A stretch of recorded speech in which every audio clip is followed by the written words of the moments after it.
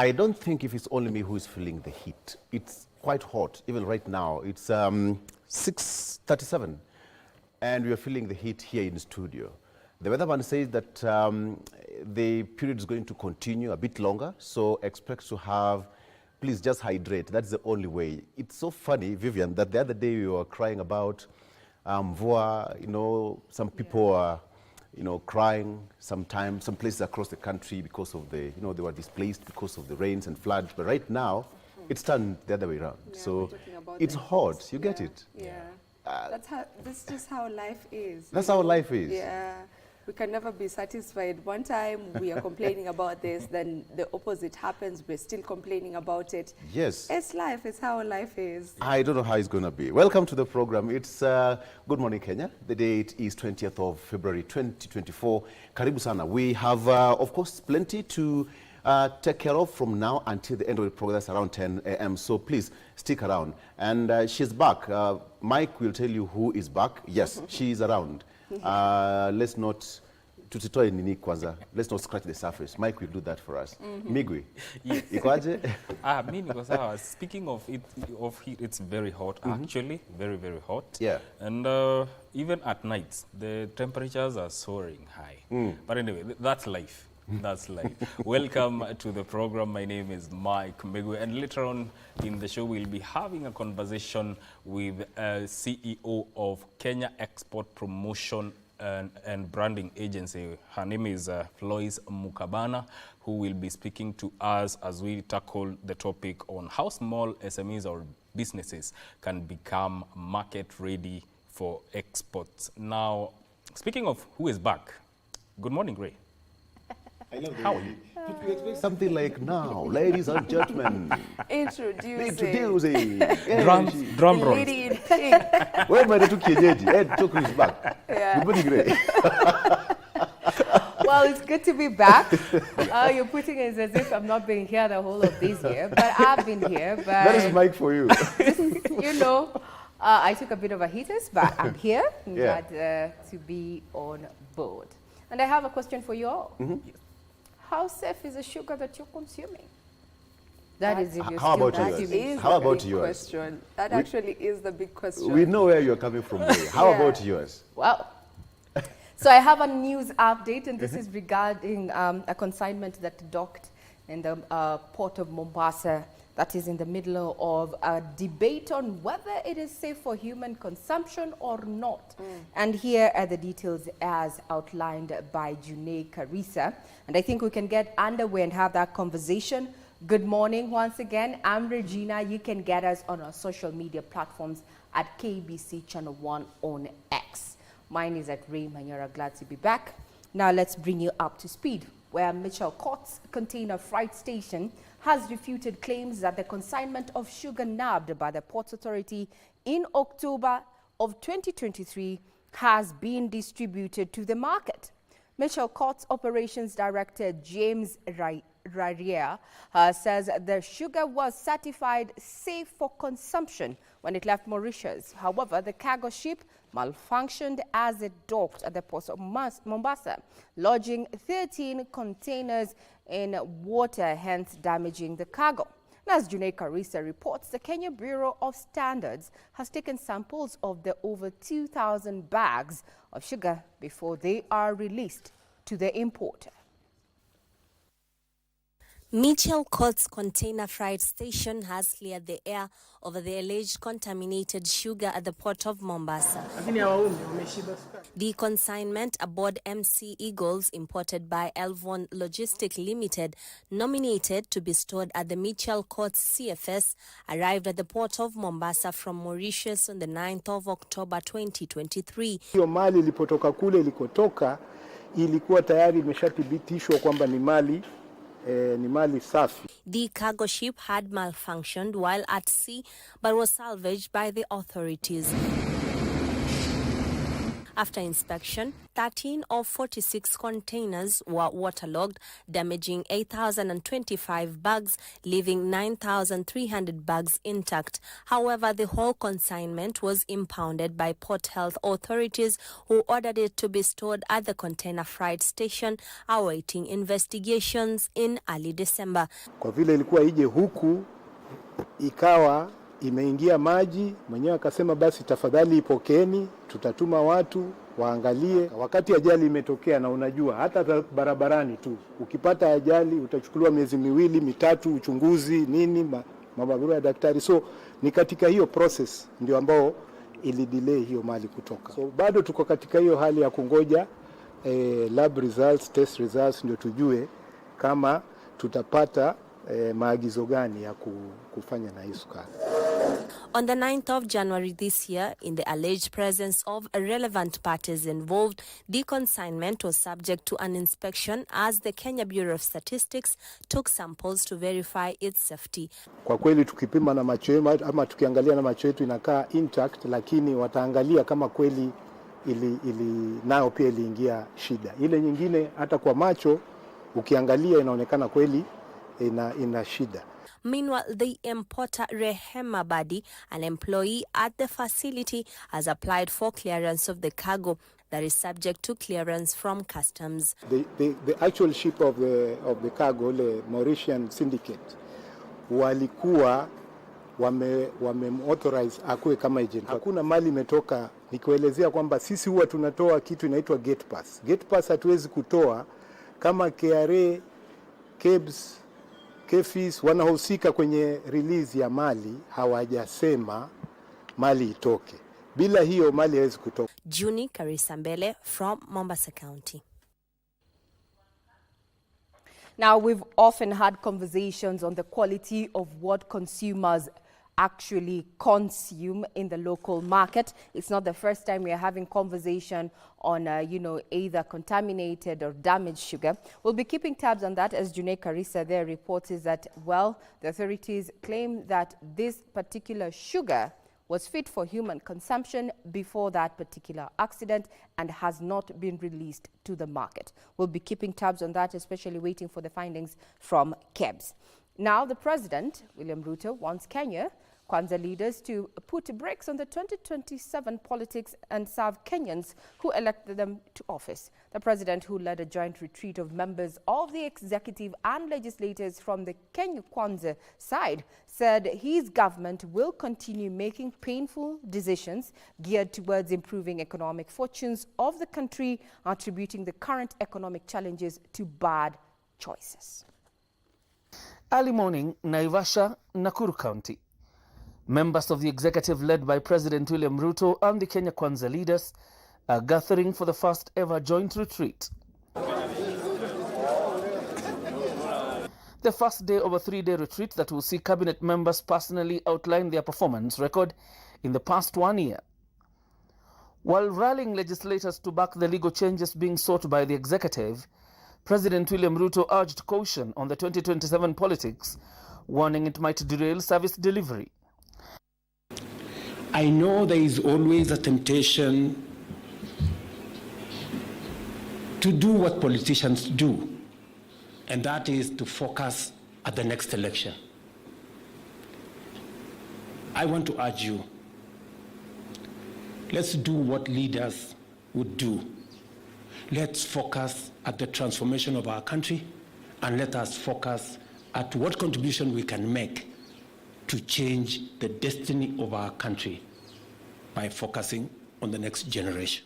The head of state, while enumerating painful decisions his administration has had to make to salvage the economy, attributed the current economic meltdown to politically correct decisions made by the previous administration. We are where we are today as a country because we have always made politically correct, convenient decisions. The executive and the legislature, let us focus on helping the president to succeed. I am persuaded from where I sit that that is the most important thing in the next 2 years. He called on Parliament to back the new affordable housing bill currently before the National Assembly, maintaining his stance that he would not back down on the implementation of a program. We will implement the housing program. I don't want to say by whatever means possible. I have just said we will implement. We will. Because it is what other progressive countries have done. I want to thank our members in both houses for the support and the commitment in making sure that our legislative agenda carries the day in Parliament. The President has also challenged members of Parliament to be proactive in sensitizing members of the public about job opportunities sought by the government abroad, expressing dismay that most MPs were unaware of the 2,500 job opportunities for nurses in Saudi Arabia. Friends, because I still see people here saying we are not aware. You are not aware. Sasa mnataka nifanye nini? Mnataka nisimame wapi? Nisimame niweke volume kiasi gani? Ruto, however, remains confident that the full implementation of the Kenya Kwanza manifesto will redeem the economy. With the housing agenda already under debate in the National Assembly and expected to be transmitted to the Senate later this week, President William Ruto, in a masterstroke political move, gathered the members of Parliament and the executive to chart a way forward, and most importantly, the policies that the members need to enact for the government to be able to fulfill its pre-election pledges. Now that 4-day retreat ends on Thursday, and we're going to be keeping tabs on it. And just as the president was addressing those who are there for a retreat, he announced that National Treasury will be releasing 10 billion shillings for the Constituency Development Fund by the end of this month in a bid to break the current stalemate between the executive and the National Assembly. Now, further details are available on our website. Now, let's cross over to matters of security and looking at what happened Monday morning, where police in Juja, Kiambu County, arrested 4 suspects allegedly responsible for the murder of a night guard at the Midnight Gardens in Kimbo area yesterday at around 4 a.m. According to Kiambu County Police Commander Michael Mushiri, sleuths had been trailing the gang that is believed to have carried out a series of robberies in Juja and its environs, targeting entertainment joints. This is a scene of crime following an early Monday morning botched heist at Midnight Gardens in Kimbo area, Kiambu County. Nimekuja amebreak mlango wa mahali stima inawekwa na ameenda wamekata stima. Sasa wamejaribu nakata stima, unajua wakikata stima generator inawaka. Wanakata inawaka. Sasa ndio wameenda mpaka wamediscuss mpaka generator. So watu wale mnikiangalia mmoja wao niona ni jamaa huaga anacheza puru hapa kwangu. So ni mmoja ni customer hapa, so ni watu ambao wanajua vile kitu wanafanya. A quick response to a distress call from the management of the entertainment joint led to the arrest of 4 suspects who allegedly murdered a night guard to gain entry to the establishment. These people using crude weapons, they are able to attack, the management and steal, alcoholic products. We can see there are sacks there where they are able to stuff these products and then leave after doing all this damage. I think for us, it's a major breakthrough. We've been on this trail for them. It is intelligence-led, and of course with the support of the community here. According to Kiambu County Police Commander Michael Mushiri, the suspects were armed with an assortment of crude weapons, including a fake gun, as well as a power-enhanced metallic club that was supposedly used to kill the night guard. The murder weapon is right there. That scene is being processed as we talk. Among the 4 arrested is prime suspect John Minor, who reportedly operates butcheries in Ruiru and Utawala, while another criminal believed to have been working with the suspects is on the run. When we apply intelligence-led policing and the support of the community, that we can go very, very far. Police are appealing to members of the public to share information that may lead to his arrest. An appeal there by the administration there. If you have information that may lead to the arrest of that particular suspect on the run, kindly get in touch with the relevant authorities. First Lady Rachel Ruto has confirmed the commitment of the Kenya Kwanza administration to 100% school enrollment and transition for all children and universal healthcare access by all Kenyans. The First Lady says the two are a foundation of social and economic development in the nation. She said this is a commitment shared by the African Union and First Ladies across the African continent. Speaking during the 20th session of the Organization of Africa First Ladies for Development in Addis Ababa, Ethiopia, the First Lady Mama Rachel Ruto said Kenya was committed to 100% school enrollment and transition for all children. According to the First Lady, education will pave the way for economic empowerment and ultimately help minimize the outdated practices that expose family to cyclic poverty and gender-based violence, among other vices. Our children are also faced by challenges caused by dysfunctional families, domestic violence, conflicts, wars, malnutrition, homelessness, sex exploitation, child labor, peer pressure, alcohol and drug abuse, teenage pregnancies, insufficient access to healthcare, and a high rate of new HIV and AIDS infections, to name but a few. Mama Rachel Ruto urged the First Ladies present to be intentional in educating children and giving them access to health services. By educating our children and giving them access to health services, we open them up to a world of unlimited opportunities and a dignified life. We cannot underestimate the power of educated and healthy girls and boys in our countries. The First Lady further announced her acceptance to be the voice of the children of Kenya, where she will be championing the welfare of children with a key focus on child trafficking, abandonment, and abuse. I urge my fellow First Ladies to continue sharing their experiences, insights, and best practices, as together we are creating an action-oriented platform that enables us to learn from one another as we propel our continent forward.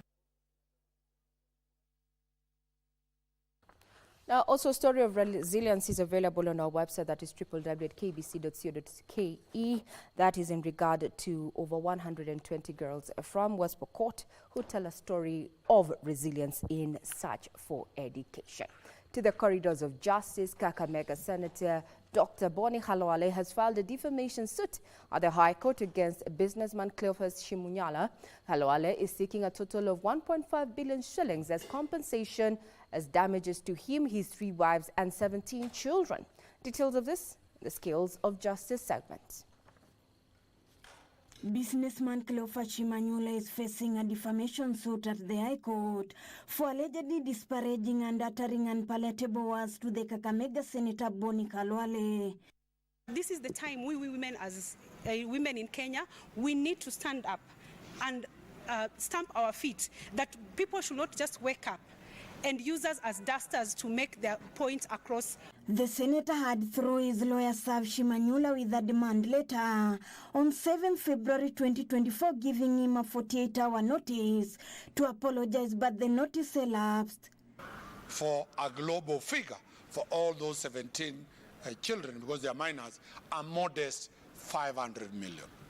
In total, you can see that is, I'm going for 1.3 billion.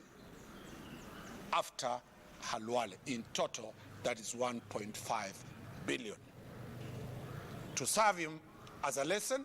And an extradition proceedings application filed against Kevin Adams Kinyanjui will now be heard on 27 February 2024. Senior Principal Magistrate Susan Shitubi said the day to allow Chief Magistrate Lucas Onyina, who is handling the matter, resume official duties. Kang'ethe is wanted in the United States of America for a murder trial for allegedly killing his girlfriend Margaret Mbitu on 31st October 2023. Elsewhere, a middle-aged man has been charged for stealing 39 million shillings from his employer. He has an asthmatic condition. Number 2, he was only a week old into his marriage. it is only important that we allow him to reunite with his young bride. Appearing before Senior Principal Magistrate Bernard Ochoi, the accused Wycliffe Mwangi Githinji denies stealing the money from Kemi and Cortex Kenya Limited. We released on bond of 5 million shillings with one surety of a similar amount, or cash bail of 3 million shillings with one contact person. Pre-trial has been set for 4th March 2024. Now, girls who've been affected by gender-based violence in Migori County will benefit from a safe haven established in Mabera sub-county. The safe space that will be equipped has been put up within the precincts of the Mabera police station and will serve those who seek help. WHO Lives, a non-governmental organization, has refurbished a room at Mabera Police Station and turned it into a safe space for girls affected by gender-based violence. WHO Lives officer James Mukundi said the center has been furnished with 16 beds and will benefit girls fleeing from outlawed cultural practices, including female genital mutilation, which is still practiced among the Kuria community. It's a very safe place for them, and also while the case is undergoing, so this is where they'll spend their nights and their days for a few days before the case is done. Mukundi said previously, girls seeking refuge at the Mabera police station as they await legal redress had been spending nights in uncomfortable conditions. We care about the girls' safety, and we say any child around us is very safe. So that's the first key, the security and the safety of a girl, and that's why we have implemented this project and the program to Mabera Police Station. Mabera Sub-County Commissioner Joyfila Wambua and Sub-County Children Officer Janet Robbie said before the safe space was opened, they had to seek services at Kehancha Town in Kuria West Sub-County. FGM must end. It is an outdated practice. Most African communities used to practice it and they have stopped. So for the reasons which has made the other communities stop, the Kuria community should also consider the same reasons and stop it. Stakeholders were able to nab the act before it continued. It had begun at around Masaba ward there, so we were able to come in and fight the vice so hard that it had to be stopped for some time. So right now as we are talking about a percentage of around 39%. So really we are not good yet. We have a lot to do in terms of fighting FGM. Masaba Member of County Assembly, Clanson Mwita, lauded the establishment of a safe space. Kwa hivyo mimi nikiwa kama kiongozi hapa katika ile upande wa political class niko nyuma ya serikali, kwa sababu hii mambo na tohara ya wasichana ni sheria ilipitishwa katika bunge letu kuu ya kwamba sisi lazima tuitikie huo wito, ikawa sheria ikapitishwa, na kwa hivyo sisi tuko nyuma kuhakikisha kwamba watoto wetu wamesoma, watoto msichana amesoma. Quickly on financing the budget 2024-2025 is that the National Treasury tabled 4.14 trillion shillings as a draft 2024-2025 budget policy statement in Parliament, with members of the public, that is you and I, given up until 5 p.m. on Monday next week to present your views. Now crossing over to sports, where tributes and condolence messages from fellow athletes continue to pour in following the untimely death of world marathon record holder Kelvin Kiptum. Hundreds of athletes lit candles before embarking on a solidarity walk around Kapsabet town in honor of the fallen athlete. Former London Marathon champion Amos Kipruto mourned Kiptum, saying he was a young athlete with a bright future. Kiptum and his coach Gervais Hakizimana died in a road accident on Sunday the 11th this month while driving from Eldoret to their home in Kaptagat. Besides the world marathon record, Kiptum has also won marathons in Valencia, London and other major events.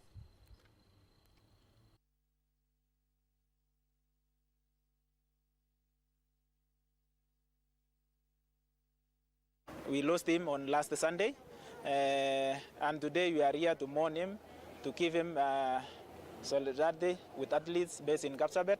And we know on Friday is the final day for him, and it's time for all of us to go there, to stand with the family, to condole with the family and the friends, and we give the last respect to our friend Kevin.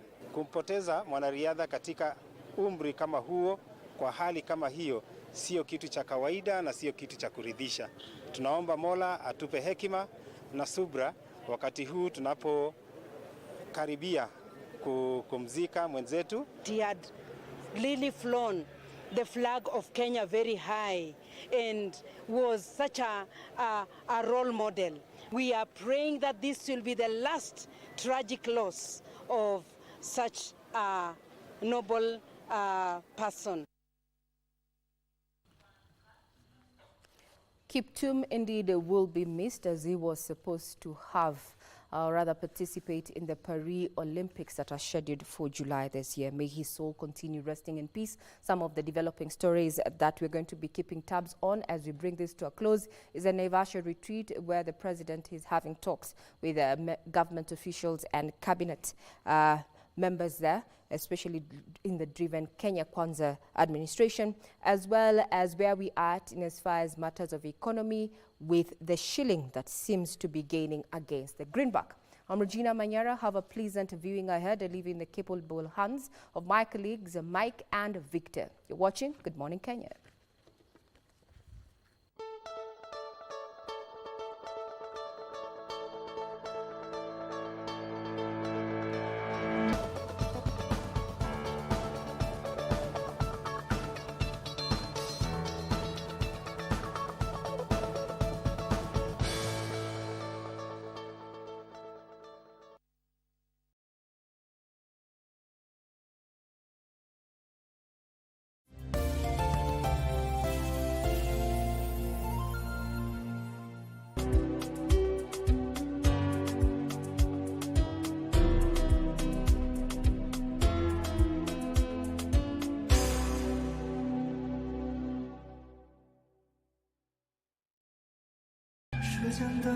为什么你只拿一个人工资啊？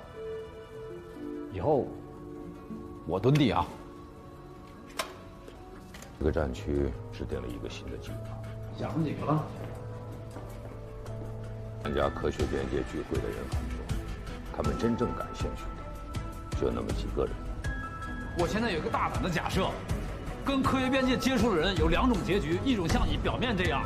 我希望你们能不能放一放手头的科学研究，接受我们的保护。说一下你看到的东西，描述不了，全说话。You don't know what you just did, Alonso. I heard this peasant when he was saying very clearly that it was hard to forget what happened between the two of you. Nothing happened or nothing will ever happen. This is Melena's earring, and you will explain to me what the heck Melena's earring is doing in your house and exactly how it got here. Can't I go out to the garden? I didn't say that. They made you believe something that wasn't true to hurt me. Let me take a wild guess who did it. Fabiola.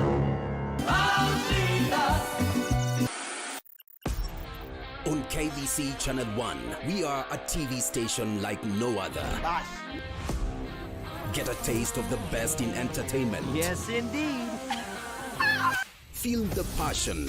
Will you promise me? I swear that you will never lose me. I can't get married to you. I'm sure you knew about it. That's why you're making fun of me. Experience the drama. Get out. Who's the man in this one? And the laughter.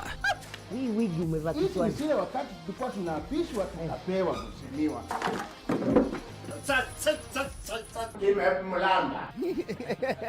Move to the beat.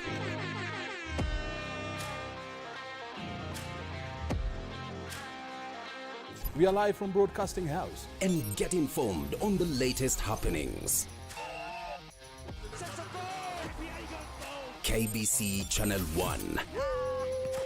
Wow. We are the full package. Oh, yes. And Kenya's watching. Thank you very much for joining us.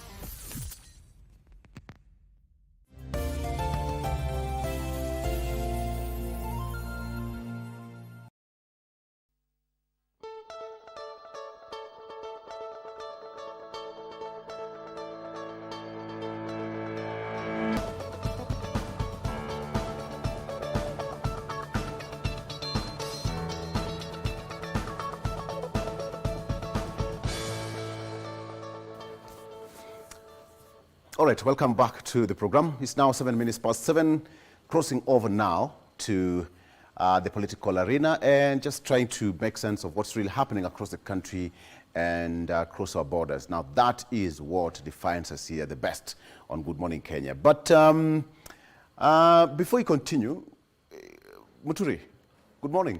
Good morning. We are meeting for the first time this year. No, this year is the second time. Why does it seem like we've already done like half of it? We already wished each other a happy new year. It's like we've done almost half of the year already. I want to do something today. Can you sing? How well can you sing? Can you remember your notes? How low can you go? How high can you go? How the highest pitch you can hit in music? Did you ever do music, first of all? Yes, I did music in some time back in primary school. Mm-hmm. The most interesting thing is that, you know, the keyboard has keys from A, I think, to G. Mm. Mine is not in the keyboard. Okay. They have to. We have to invent one. They have to make a special key for me. But you will try and get from A to G. You can modulate somewhere there and get your voice. You know, the last time I was given a platform to sing, everyone was wondering how I was given the mic. But if you want us to give it a try today, well... How well can you sing, for example, Happy Birthday, and then put a name, a name, for example, Gladys. Mm-hmm. Yes. You want me, yes, sing want a Happy me to Birthday. Go ahead. Yes. Assuming it's my birthday. No. We have Regina, but let's pick a name, Gladys, randomly, and sing Happy Birthday to Gladys. Happy birthday, dear Gladys.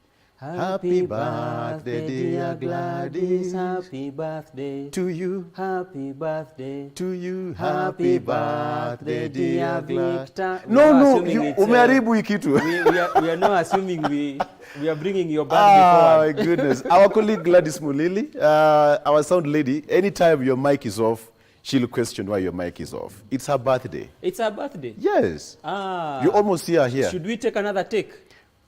Now I know why. Should we take another take? So are you trying to appeal to someone or to No, you know, your mic you'll be sabotaged. Opportunity doesn't knock twice. Okay, sawa. Happy birthday to you. Happy birthday to you. Happy birthday, dear Gladys. Eish. Happy birthday to you. But then she's 24. I wanted to ask, how old are you now? She's turned 22 today, I think, something. Happy birthday, Gladys. Oh, she's still 16. Yeah, of course, right. Happy birthday. She does a good job. And of course, may you have many more. It's how we do it. All right, so let's cross over and see what's happening in our traffic situation before we cross over and take a look at what's happening in the world of politics today. A lot happened in the country, and yes, this is where we are today. The CBD looks not so busy, but the usual culprit. Let me start with Thika Road. Again, Thika Road today extends up to around that's Outer Ring Road, all the way to KCA University, extending Kenya Utalii Hotel up to around Muthaiga Square. It's normal. I think we'll talk about Thika Road for the longest time until something happens. That also extends to Kiambu Road, and yes.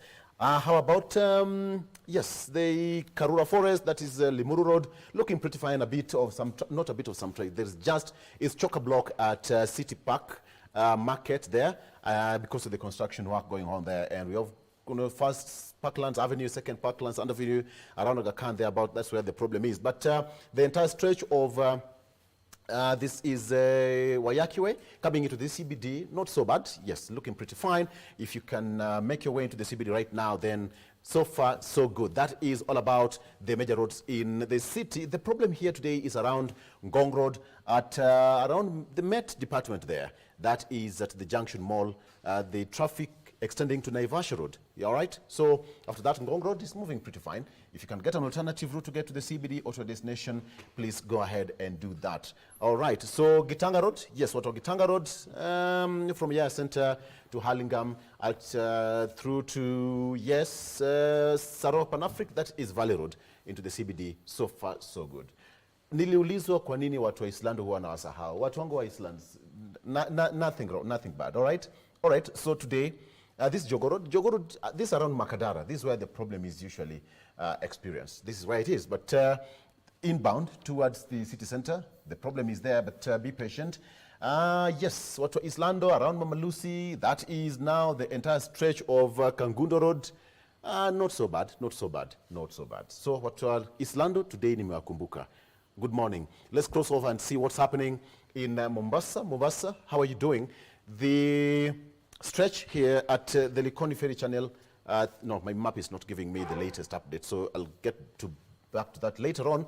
The entire stretch all the way from Makupa, from Bangladesh, coming all the way to Makupa Bridge, past around Makupa Police Station there, is okay, so far so good. My problem is, what is the heat in Mombasa if right now we are experiencing here in Nairobi?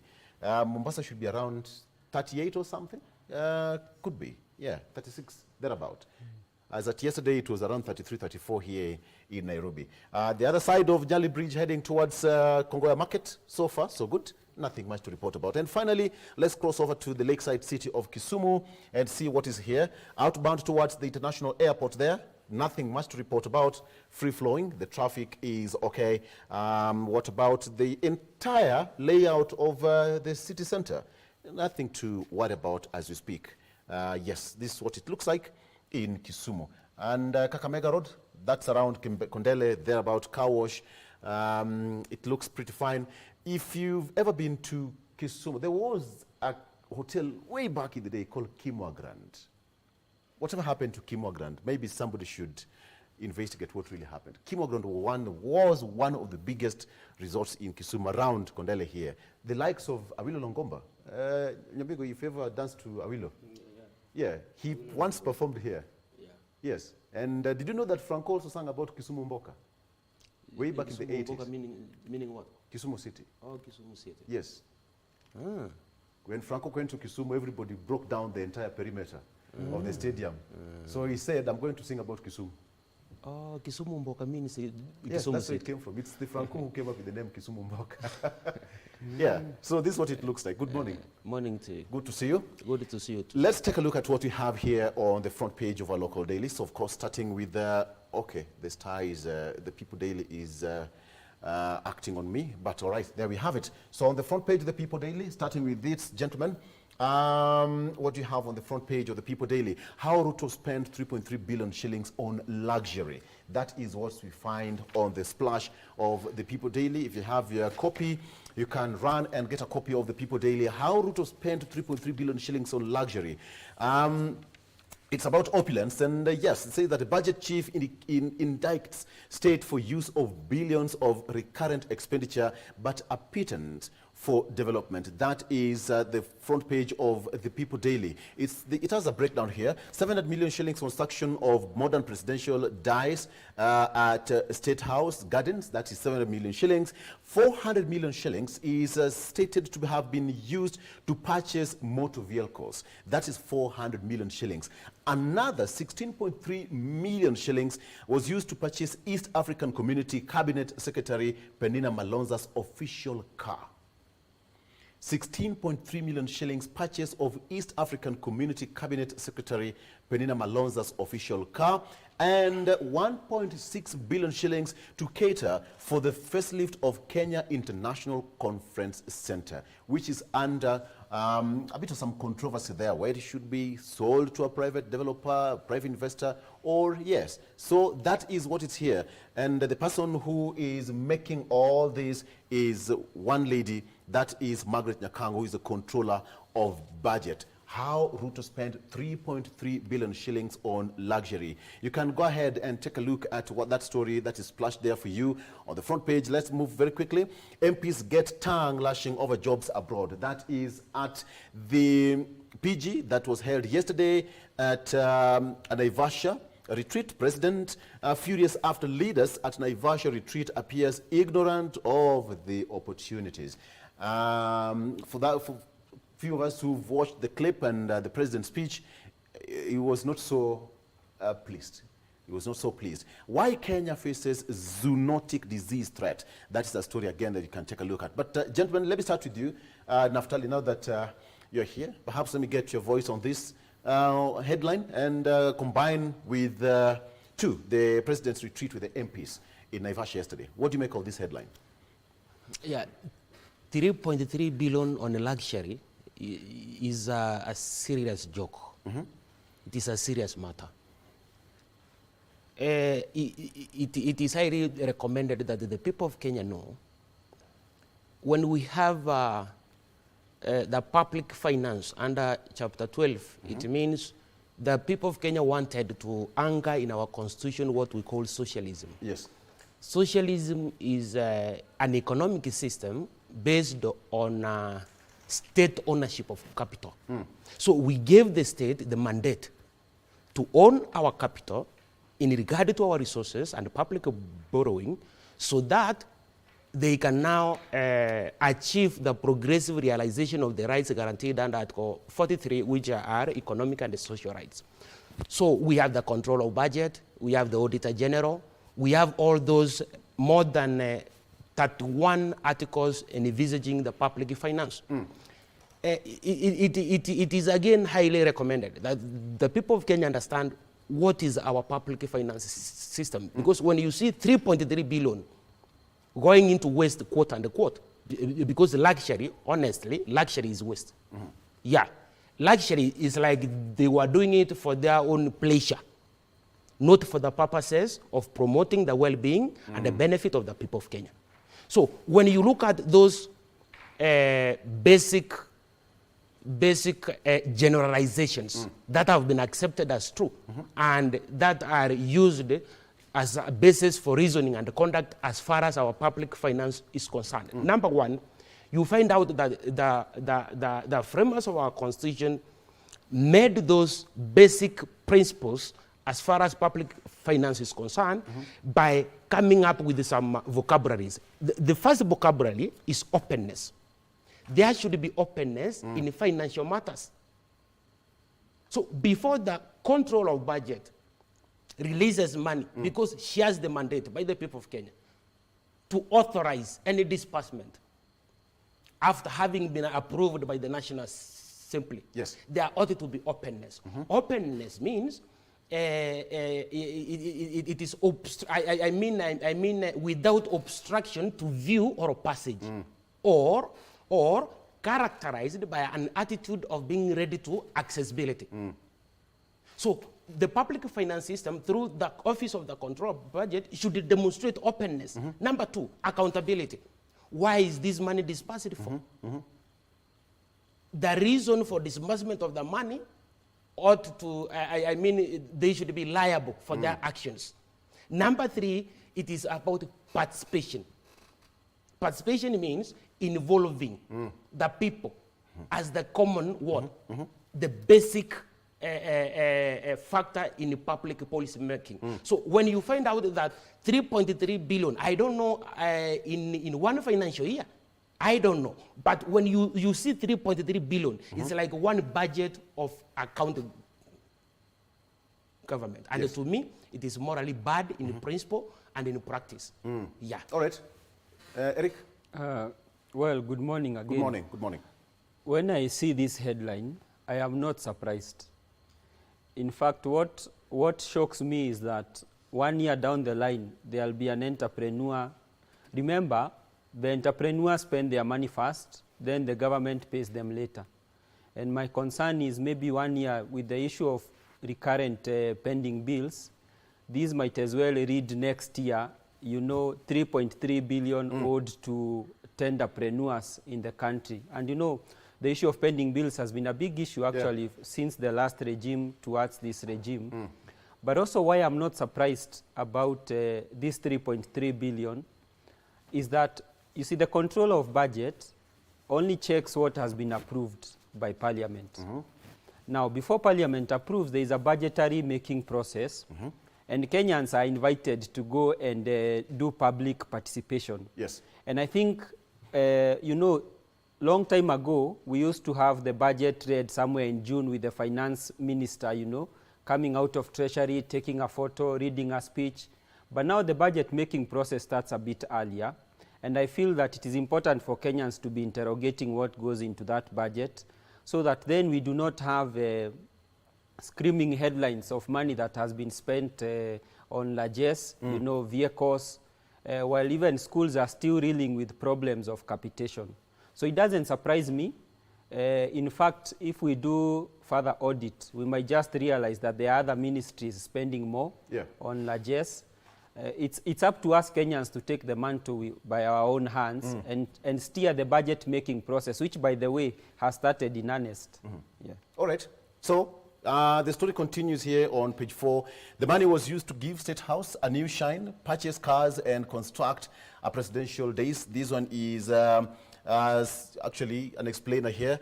You can take a look at that story again. A total of 16.3 million shillings was allocated for the purchase of East African Community Cabinet Secretary Penina Malonza's official vehicle, and 1.6 billion shillings to cater for the facelift of Kenyatta International Convention Center.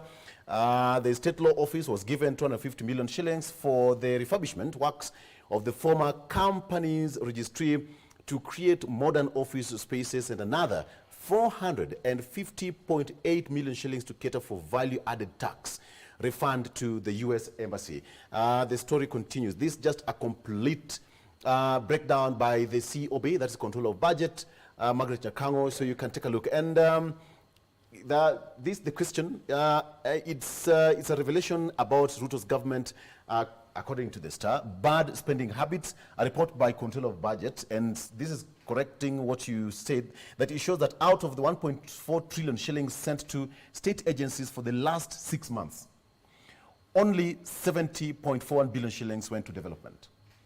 70.41 billion shillings out of 1.4 trillion shillings. So this is what we have. That should be almost half of it. Yeah, almost half of it. You remember there are counties that spent zero. Yes, you remember exactly. There was a previous also revelation where counties spent zero on development. I think Nairobi was one of them. Actually, Nairobi was one of them. Yes. So it's true. We cumulatively as a country, from the national government to the county government, we have bad spending habits. I think it's something we need to check in our DNA, how we are wired, especially in terms of spending money. All right. Gentlemen, we have money. Tuko na pesa. Let's take a break. Not you, not me, but we have money. Let's take a break. We'll be right back with you. Stay with us.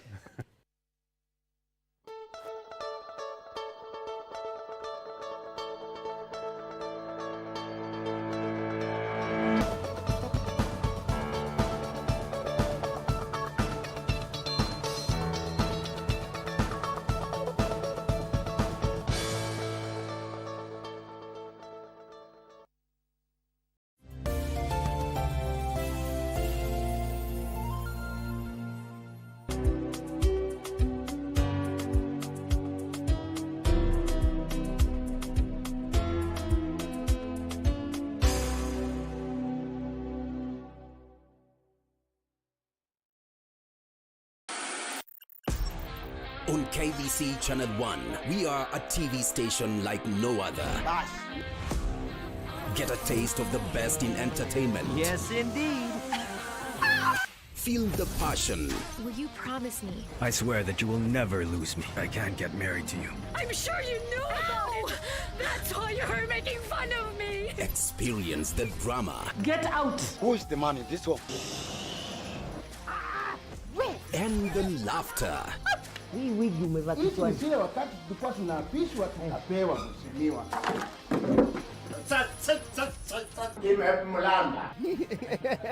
Move to the beat.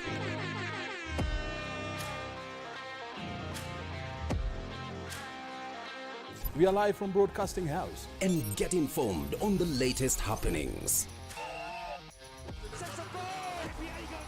KBC Channel 1.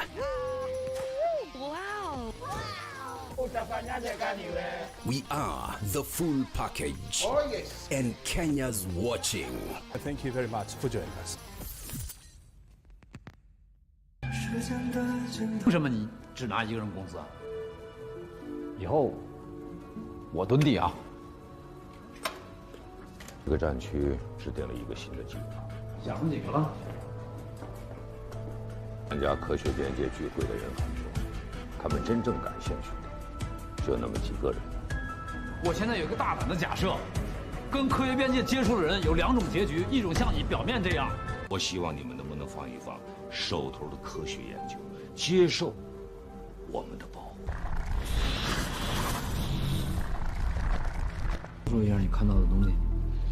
描述不了，全是话。 You'll never have her again. Don't underestimate me. What was that woman doing here? Let him into the garden so that your father wouldn't notice him. Well, it's all right. It's only natural that he wants to see Nora. No, but Rodrigo doesn't want to see your sister. He wants to see you. No. Marcelo Escalante has a very complicated life. Why do you want to have more problems? Well, problems mean nothing to me. You'd better start to forget about that man. Do you understand?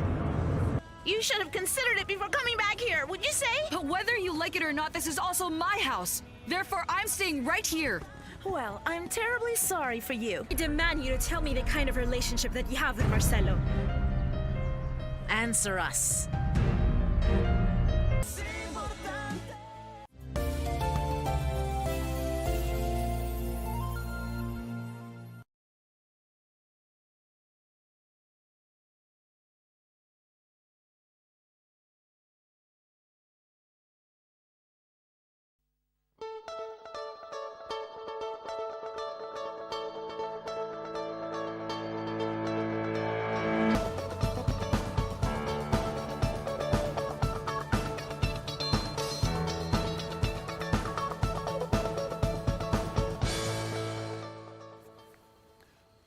All right, very quickly. So let's cross over and see what's on the front page of the Standard here. A lot. The front page is quite busy. Standard newspaper, Raila AU job bid splits Azimio principles. That is what we have here. We have two gentlemen on the front, actually three gentlemen. We have got Raila Odinga, we have got Jeremiah Kioni, who is Jubilee Party Secretary, and Mwangi wa Iria, who's our party leader. And leaders say that the least ODM Supremo should have done is to inform them of the deals he was cutting with the president as a sign of respect and good behavior. That is on the front page of the Standard as a sign of respect and good behavior. Do you have good behavior in politics? Okay. Cabinet face-off as ministers. Rate time in office. President William Ruto is expected to outline his second-year vision after cabinet secretaries presented their key milestones while making pledges for the coming year. That is happening in Naivasha. Also related to that, Ruto rails at his party MPs over performance. I remember asking you so that you can also chime on that, but I'll get back to it shortly. But let's talk about politics a bit. The AU job is here, and who is Azimio quite okay with this? Naftali, quickly. Yeah, that job, that AU job for the Honorable Raila Amolo Odinga is very crucial. It is urgently needed for him because the leader of his caliber now operating internationally is something that even his supporters long for because he has achieved some base. So when now he's being subjected to the international office like that one of the African Union as the chairperson, then it should sound, it ought to sound well for every person. So in regard to Azimio guys, claiming that they were never consulted, we don't know whether they were consulted or not. Because, you know, consultation, remember during Kibaki and I mean the coalition, people were arguing that this side is not consulting this side, and the other side is asserting that we consulted. So maybe a message was sent, a text was sent, a phone call was made. We can't tell exactly whether Raila Odinga consulted Jeremiah Kioni or Mwangi wa Iria or anybody. But whichever the case, whether he consulted them or not, is this the right path for the Honorable Raila Amolo Odinga? My answer is yes. Yes. Okay. It's not an emergency. The position of AU is not an emergency. It's been long coming, and perhaps there have been that conversation, you know, over a cup of tea, over, you know, a bottle of water amongst them. So it's not emergency. You know, Victor, right. I have thought of Raila to be many things, but one thing I'm sure he's not is that he's not a chameleon. He doesn't change colors. He's been very consistent in the way he does things, especially when it comes to the issue of interests. You remember during the handshake regime, when it started, when Kalonzo and the likes deserted him during the infamous swearing in. Yes. And when it came to handshake, he did not consult them. When we were watching TV that morning, together with Kalonzo and many others, it was the first time we were all seeing Baba on TV. And Baba has been consistent. I would imagine when you see Jeremiah Kioni and Mwangi Wairia lamenting on the front page of the Standard today, I would imagine they also saw the press, the presser, when I was also watching the presser. So he's been very consistent in the way he does things. Once he gets an opening, he does the act, then apologizes later, which I think is a good thing in politics, because the challenge of keeping on discussing with your core principles is that sometimes they want a bigger cake and a bigger share of whatever it is that you're going for than is necessary. So it is better to go and do the act and apologize later and say, you know, there was an emergency, Obasanjo flew in last moment, he told me he had been sent by someone. It's easier to cook a story and move along with it than consult your core principles and then they start telling you no. Because remember, one thing you must always remember is that Baba is a force to reckon with when it comes to national politics. And there are a lot of people that benefit so long as Raila is on the ballot, whether he wins or not, regardless. Yes. But there are people, so long as Raila is on the ballot, that's their lifeline. So if he goes to consult them on this AU job, they will tell him, no, don't go for this. You know, maybe 2027 is your time. But the way Baba has done it is the way I would do it if I was Baba. My only concern is that I was really hoping as Muturi Wandudi that, you know, we would have given Uhuru this thing, but nikama ishaenda. But the question is AU quite friendly to former presidents? No, it is. It is. If you check precedents, the first chair of the AUC was actually the former president of, I think, Mali. But perhaps that changed because of, you know, there's that friendliness to chair that position because of interest. You are a head of state of a different country, you know, you are leaning towards some, you know, some Western nations and what have you, the interest. So the friendliness about the AUC chair, I mean, how? No, in terms of, you see, the way that seat is structured, it actually needs someone who has had, if you look at the job qualification, it needs someone who has held a high position, either in government or in an intergovernmental agency, because then you're able to canvass your way around issues, you understand issues of the continent. You know, the issues of whether you support the West or the East is neither here nor there, because remember, even the AU headquarters itself is built by China. Most of the meetings they have been going to are funded by Americans. So whether you lean to the East or to the West, it's still the same thing. Yes. But I think this is a good, some history. Raila is not the first time he's acting on behalf of the AU. In 2002, he was sent to Cote d'Ivoire to go and mediate on the issue of Ouattara and Gbagbo. Remember when Ouattara won and Gbagbo refused to hand over power. When Raila got there, funded by the Americans, by the way, and the African Union, Gbagbo accused him of siding with Ouattara, and so he was sent back. Then subsequently, Raila has acted as a chair of infrastructure in the whole continent. So he's not new to the African Union and the way it works. So I think for me, it's a good position for him to garner. And luckily for us, it's East Africa's time to get a candidate, because West Africa has had a candidate. North Africa, Faki, as he lives, he's closely tied with North Africa. South Africa, we had Madame Zuma also running. We had I think the former president of Gabon in Central Africa also was the chair. So I think these they will contend together with Jakaya Kikwete and the former vice president of Uganda has also declared interest in the seat. So it will be interesting to see how, especially in the East Africa community, the candidate that we present. Remember, Ruto last week ceded the AU chairmanship to the island of Comoros. In fact, when the president of Comoros was giving his speech, one of the things he did is thank His Excellency, the president. He called him my brother for ceding the position. So at least we have an ally in Comoros. We have an ally in Shikedi, very good friends with Baba. Yes. We have a number of allies that we can rely on. I'm not sure how Suluhu will favor us, and Babu Museveni on the other side. And Kagame as well. And Kagame. So let's see. Yeah. The jury is out there. The jury is out there. But does it really have an effect to Azimio? I mean, the gentlemen are speaking. Again, Azimio, they are feeling that Raila out there, it's going to leave some lacuna in Azimio. But Azimio is not, there's no vacancy or there's no space left. We still have big boys there, led by former president. I mean, who is the patron? Naftali. Yeah, okay. The fact that the Honorable Raila Amolo Odinga is leaving now Azimio, it means he's going to depart from Kenyan politics actively.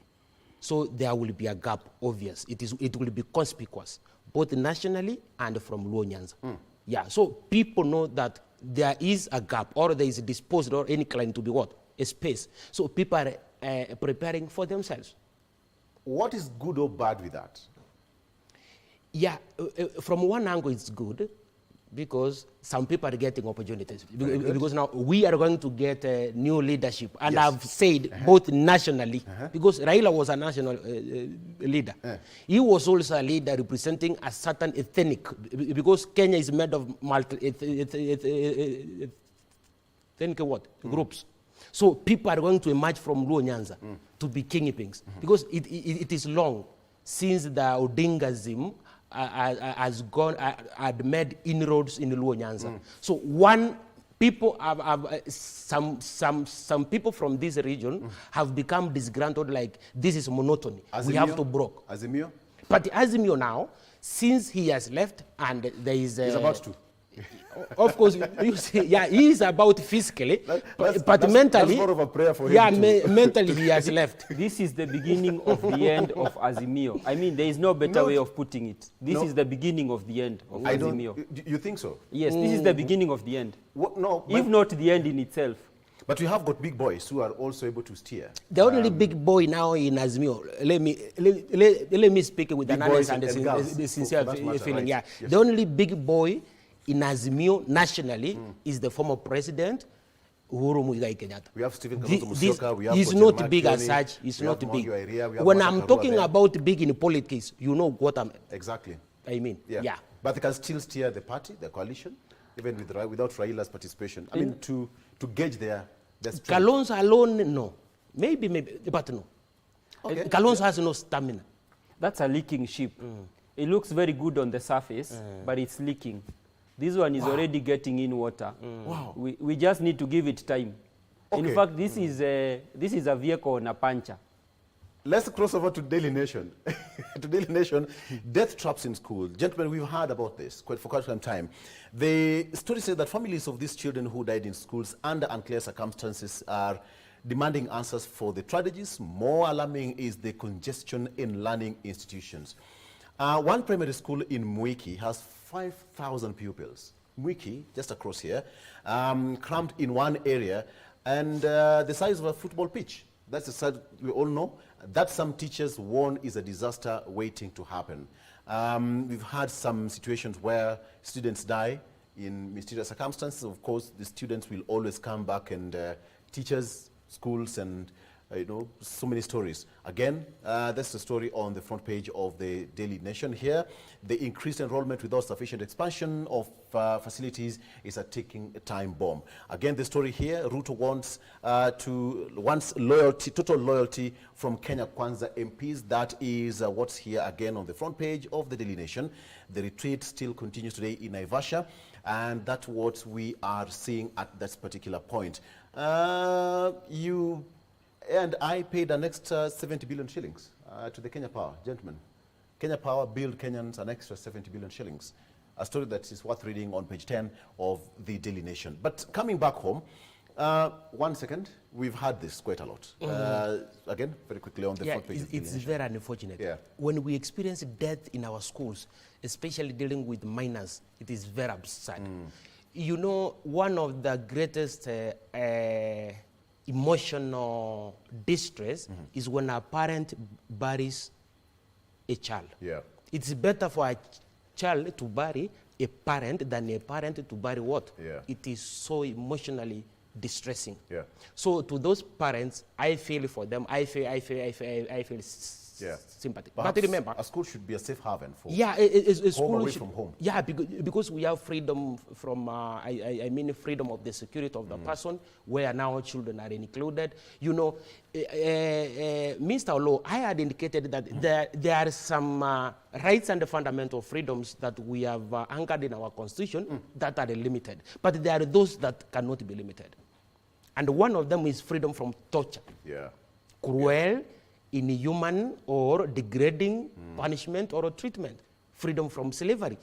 So when you subject students to this kind of situations, then you contravene those very basic principles of our constitution from freedom from torture. And it is really absurd, if not perturbing. Eric, 5,000 pupils. 5,000 pupils. That is the ratio, teacher to student ratio, you'd imagine? This is actually a school in my county, Kiambu. 5,000? In fact, the CS had visited there some time back.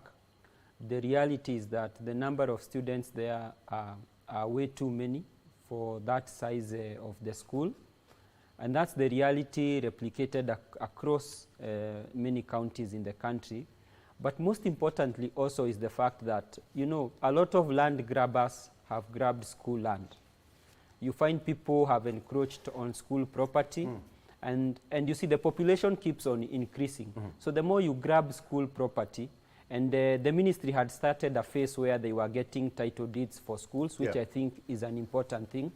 But be that as it may, is to say that it's very unfortunate when you lose a child in an institution that was supposed to nurture them. And the reality is I commiserate with those parents.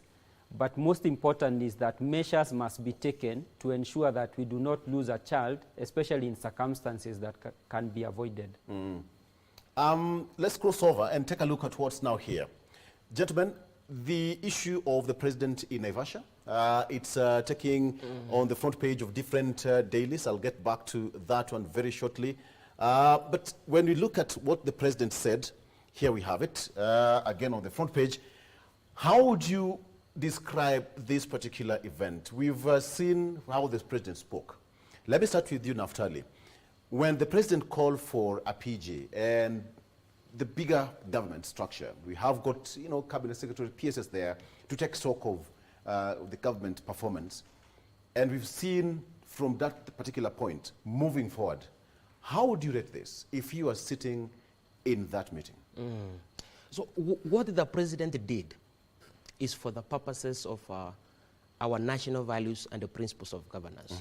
Because whatever is happening or was happening in the Naivasha, as far as the government is concerned, is to have that new appraisal or evaluation of government policies, either to develop new ones or to reform old ones.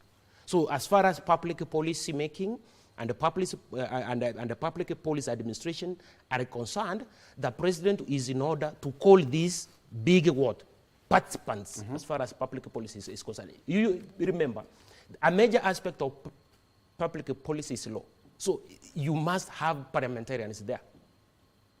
Why? Article 94 sub Article 2, Parliament represents the will, or I mean manifests the diversity of the people, represents the will of the people, and exercises their sovereignty.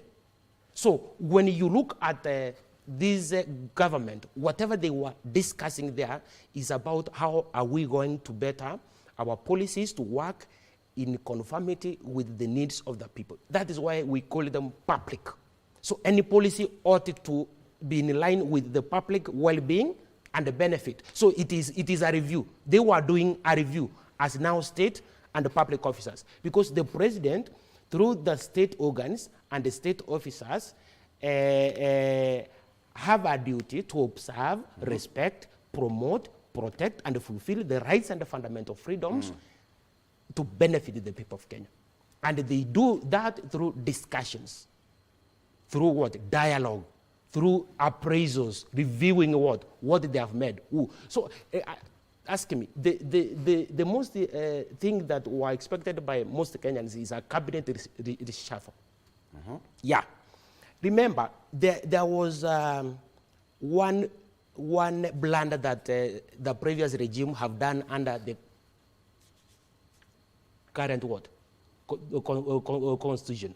When you look at from 2013 to 2017, the Honorable Uhuru Kenyatta dismissed, sacked 5 ministers, 5 cabinet secretaries, and procedurally.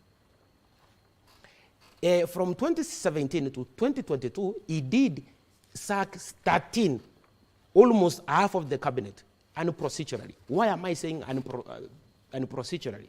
When you look at, because I'm expecting these things to be discussed there, so that now the president cannot come out again, repeat the same mistakes what Uhuru Kenyatta did. Because when you see Article 152, it envisages the cabinet.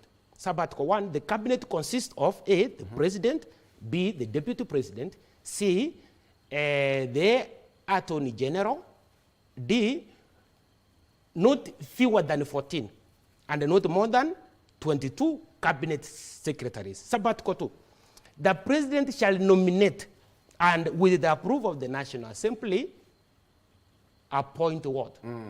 Cabinet secretaries. So what does it mean?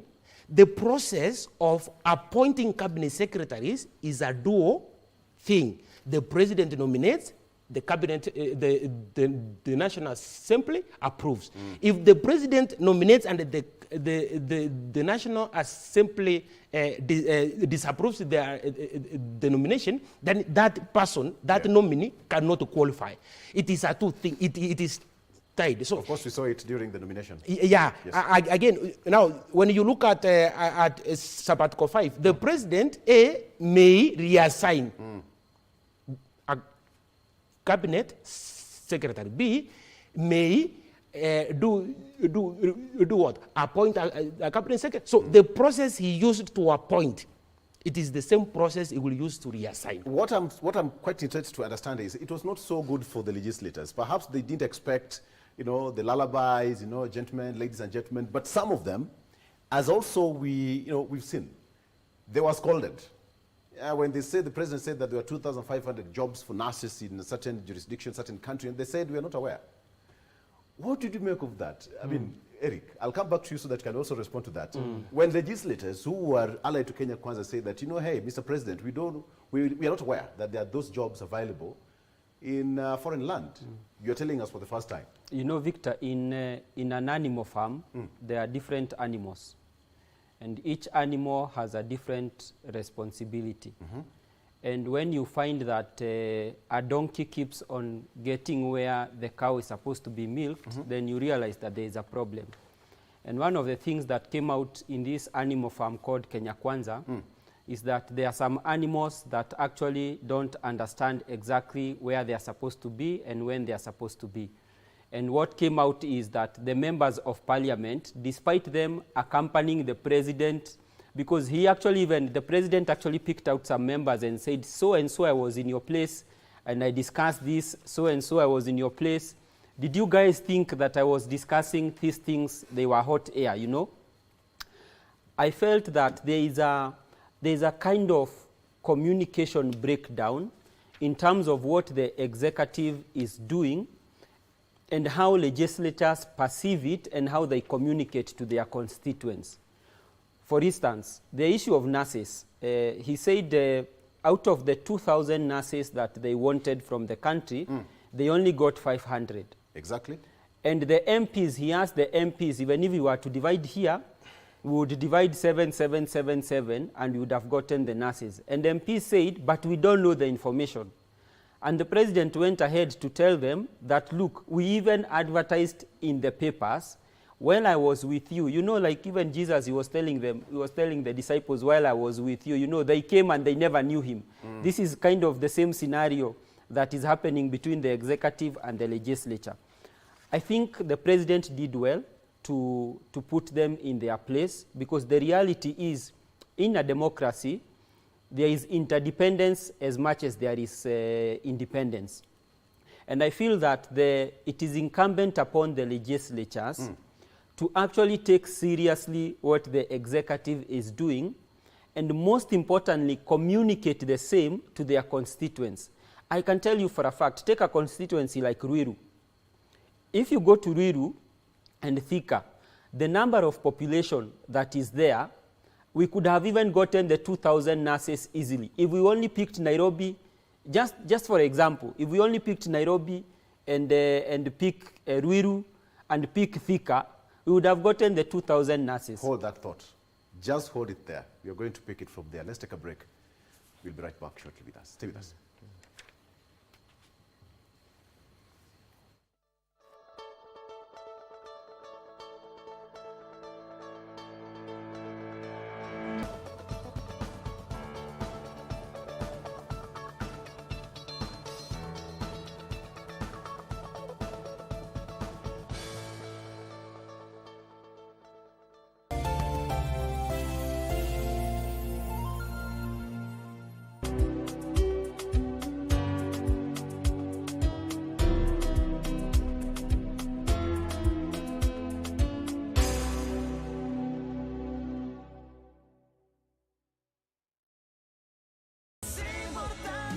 You'll never have her again. Don't underestimate me. What was that woman doing here? Let him into the garden so that your father wouldn't notice him. Well, it's all right. It's only natural that he wants to see Nora. No, but Rodrigo doesn't want to see your sister. He wants to see you. No. Marcelo Escalante has a very complicated life. Why do you want to have more problems? Well, problems mean nothing to me. You'd better start to forget about that man. Do you understand? You should have considered it before coming back here, would you say? But whether you like it or not, this is also my house. Therefore, I'm staying right here. Well, I'm terribly sorry for you. I demand you to tell me the kind of relationship that you have with Marcelo. Answer us. Baby, when we first met, I never felt something so strong. And you were like my lover. Cause you only need the light when it's burning low. Only hate the road when you're missing home. Make me lie when I don't want to. Make someone else some kind of unknown fool. And there's nothing I can say or ever do to deserve the love of a woman like you.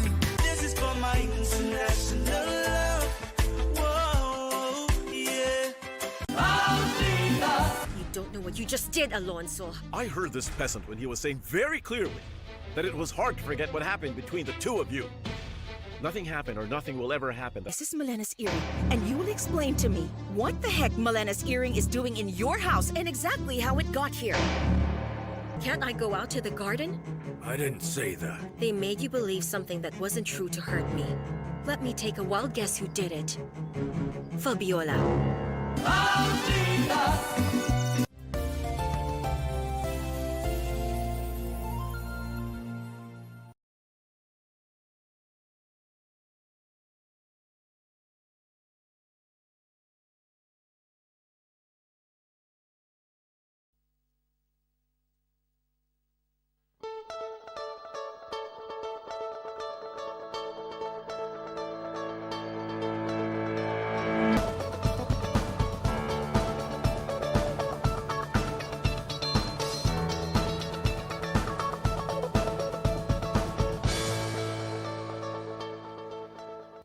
And your mic is on, Eric. We are still continuing the discussion here. The president had a meeting yesterday, and the MP said they were not aware of the jobs. Continue. So I was saying there appears to be some sort of communication breakdown in terms of what the executive is doing and how legislature perceives it and communicates to their constituents. And I think that is one of the reasons why this parliamentary group meeting is important, because then it helps harmonize those key issues. And there's also something that came up, the fact that the legislature keeps on inviting the cabinet secretaries to parliament unnecessarily, that also came up. There is a bit of acrimony between how the executive and legislature in terms of appearance in the National Assembly happens. I think that also came out very clearly. But all in all, it's a good thing we are having this kind of parliamentary group meetings. During last election, when we had Jubilee, there was no PGs that were held, and most of the PGs were lectures. So I believe this is a good step in the right direction, despite the fact that, of course, there appears to be some level of discord and some level of misunderstanding. But nevertheless, I believe those issues will be ironed out as we move forward. Naftali, when you look at the whole, the whole cabinet meeting that happened yesterday, but then he's talking about the communication breakdown. But what that is really important to the presidency? If your members are saying that, Mr. President, yes, you're saying that there are jobs, but we are not aware. What does that really tell you? Are you certain that they are not aware? I can say I am not listening to you, yet I'm listening to you. Let us accept, let the people of Kenya accept that the same way the majority of Kenyans are disgruntled with this government is the same way some public and state officers have begun to be. So they are saying to the president, we know what you are talking about. But because you do some other things without involving ourselves, we are not going to respond to you. You ask and respond to yourself. Why? They have given up. It is now 2024. I'm here with you. Let us approach 2025. Then you will see the political heat. When parents are crying, when parents work from can't see in the morning until can't see in the evening. It is not a simple matter. It will cost this presidency. And I've been saying that this will be the first president to go for one term in history, in the Kenyan history. Okay. The people of Kenya are going to vote him out in large numbers. And if we insist that he will remain there, for the first time, the people of Kenya will exercise their sovereign power to dislodge him. Allow me to say that. If he uses force to remain in office for the first time, now that Baba is not there, we are going to get a David whom will be looked down upon, but he will wield power, and he will steer the people of Kenya, and we will have the right person whom we want to drive this. But I think that allow me to also put it this way. Perhaps we are waiting for that vote power, 2027, to see how things will go. What do you think? That's why I'm saying we have only two options. Yes. Through the ballot or the bullet. No. No, I think. But again, what's the good thing about that retreat? If you look at taking stock of, as you also respond to that, Eric, what's the good thing about... Before he comes, okay. If there was a genuine retreat, then what we would be experiencing is junior state officers speaking, expressing their views, not senior speaking to No, but they are doing it. No, I think there's a preliminary, perhaps that's what... I'm saying the president could give the opportunity for these guys to speak to him, to listen, to give them an ear. I believe Kimani Ichung'wah was given as platform to speak. Kimani Ichung'wah is the president. Let me tell you what Kimani Ichung'wah speaks. It's a plenary. I'm now giving you what I know. Yes. When you see Kimani Ichung'wah stand and speak, is the majority leader in the National Assembly.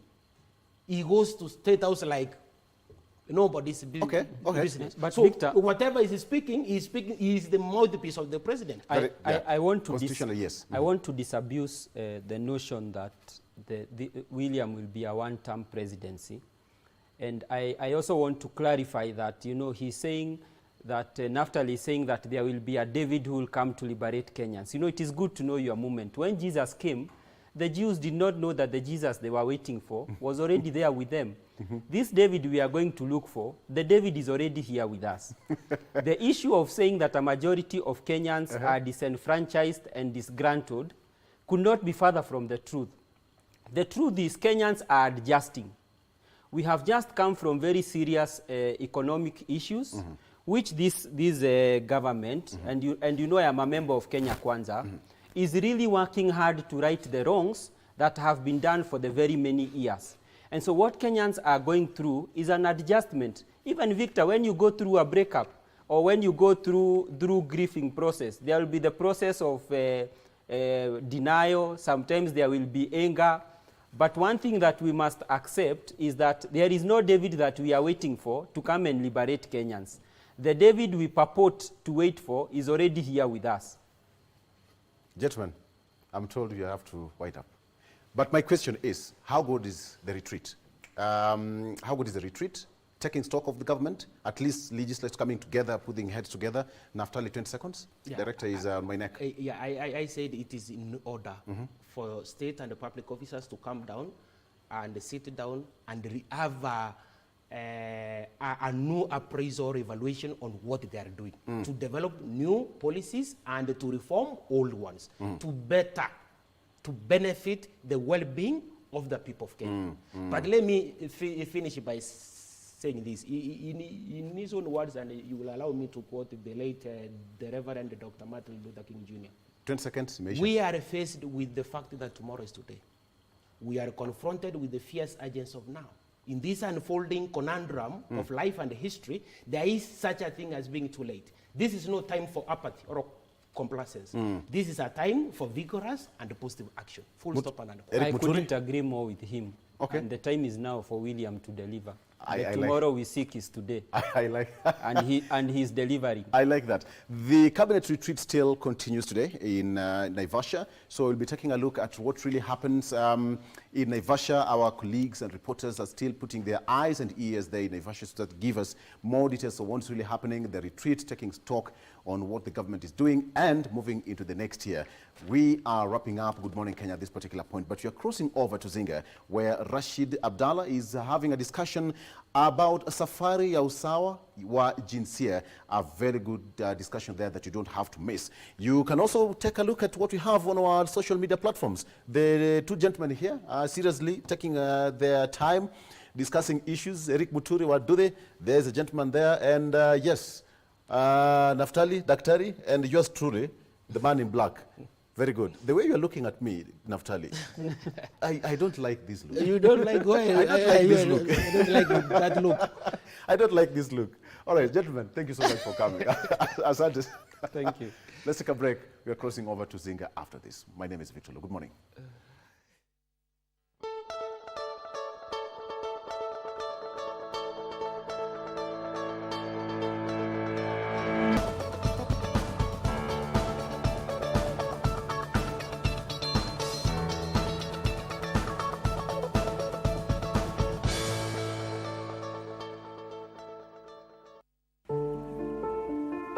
Beyond the sprawling hills and valleys of West Pokot, across the vast Takwal River, windowless buildings stand in defiance of the surrounding harsh climatic conditions. This is AGC Tipet Girls Secondary School, which is a ray of hope for girls who have escaped from early marriages and other cultural practices such as female genital mutilation. Getting to the institution is a Herculean task. At the school, among the now 120 students, is Abigail Chirito, a Form 1 student whose arrival at the school was tumultuous after escaping from early marriage, where she was married as a fifth wife. Niliolewa na iko upendo kwangu vile niliolewa na mtu wa bibi watano. Nikakaa nikafikiria, nilipitia machungu sana, siku moja nilikuwa natoroka kwa hiyo nyumbani, kwa hiyo boma. Nikakuja mpaka njiani nikapata watoto ambao kunibeba tipet. Nikawafuata nyuma nikakuja nikapata madam. It is a similar script for Lillian Cherop, also a Form 1 student. Usiku nikaamusha saa 5 hivi nikamwambia niende huko nifuate hao watu. Nikaenda mpaka wakanipeleka na pikipiki na sio kupanda kwangu niende huko. Wakanipeleka mpaka huko wanibebea na pikipiki. Nikakesha asubuhi wakanitaka niende nitairiwe. Nikakataa nikapiga nduru hadi mapolisi wa karibu huko kwetu wakakuja kunisaidia. The girls whose stories mirror that of other 120 girls are now in a dilemma as they can't go home when the school closes. So ningependa kwamba kama serikali mnisaidie ule ningependa kwa sababu tukianza sasa kama kuna pale nienda kukata kama walimu ningeomba tu mtafute pale ndakaa naye tu. Sasa hivi hata wakifunga shule sijui mimi naenda wapi, mimi nakaa tu shule, lakini principal ametuambia tukae tu shule.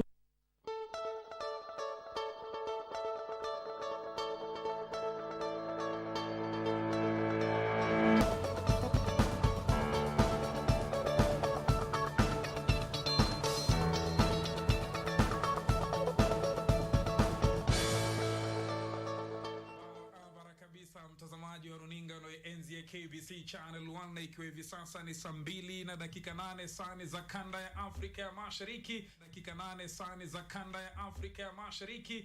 Ni matumaini yangu kwamba umeamka vyema sawia nami hapa ndani ya studio. Ni mwezi Februari umekimbia kweli kweli. Mimi mwezi ukikimbia kama hivi huwa kwangu ni furaha, kwa sababu najua msikiliza KBC Radio Taifa, sauti ni ya Mkenya, kipindi hewani ni Zinga, na vile vile pia unaangalia runinga yako na yenzi ya KBC Channel 1, kipindi ni Good Morning Kenya. Na hii leo mtazamaji, tunataka kuangalia safari ya usawa wa kijinsia, na hususan tunaangazia kuhusiana na wanawake. Yote 9. Katiba ya mwaka wa 2010 mtazamaji iliipatia Kenya nafasi ya kuleta usawa wa kijinsia katika sekta mbalimbali.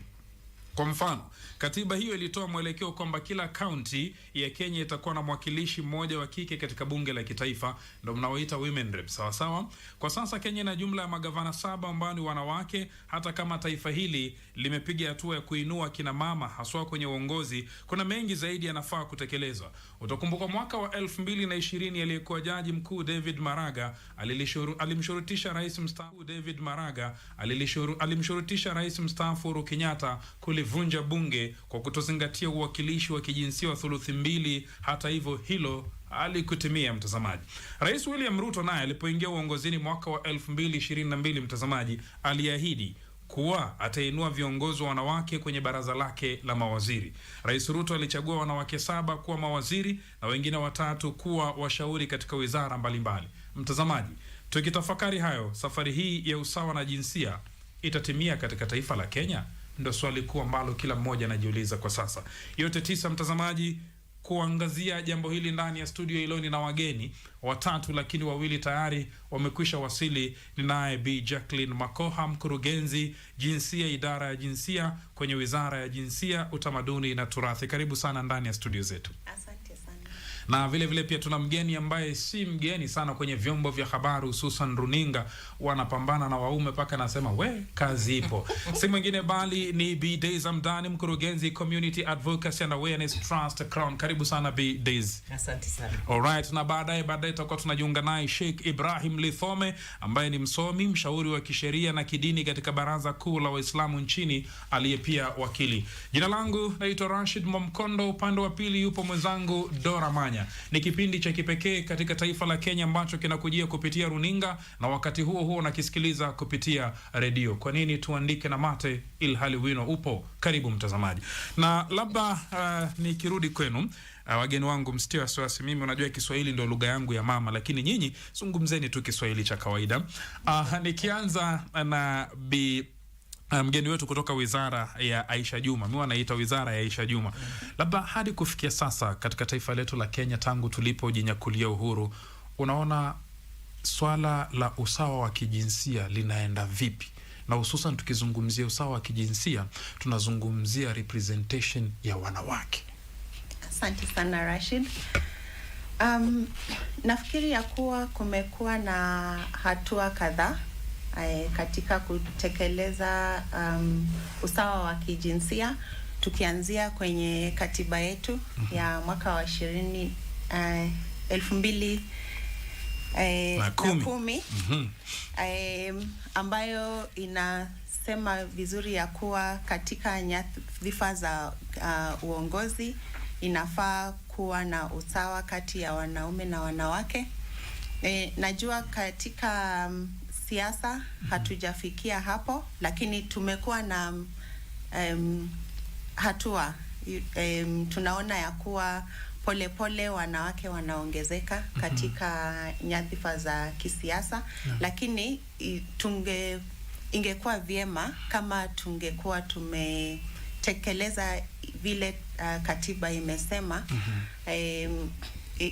thuluthi mbili, kufikisha thuluthi mbili, yani wanaume wakiwa thuluthi mbili, wanawake wawe thuluthi moja. Lakini hatujafika hapo, na kuna sababu nyingi ambazo zinachangia hali kuwa vile ilivyo. Tunajua ya kuwa political parties, wanawake wanapata changamoto wakipigania uongozi katika political parties. Tunajua kuwa kuna changamoto zingine ambazo wanawake wanapata. Kuna baadhi ya jamii ambazo haziamini, bado haziamini kwa uongozi wa wanawake. Na hii ni tunaona kihistoria ya kuwa jamii zetu nyingi uongozi unachukuliwa na wanaume. Sasa kuna zile sababu ambazo ni za kijamii na sababu ambazo ni za kisiasa. Na pia nafikiri hatujafanya vyema sana kuzingatia yale ambayo katiba inatuhimiza tufanye. Lakini tunashukuru serikali ya sasa ya kuwa imesisitiza ya kuwa tunafaa kutekeleza haya.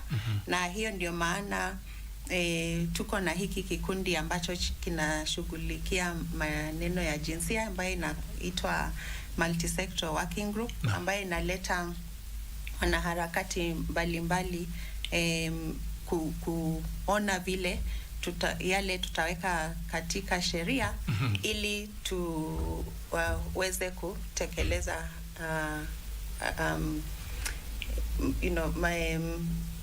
haya maneno ya jinsia na thuluthi mbili. You are good.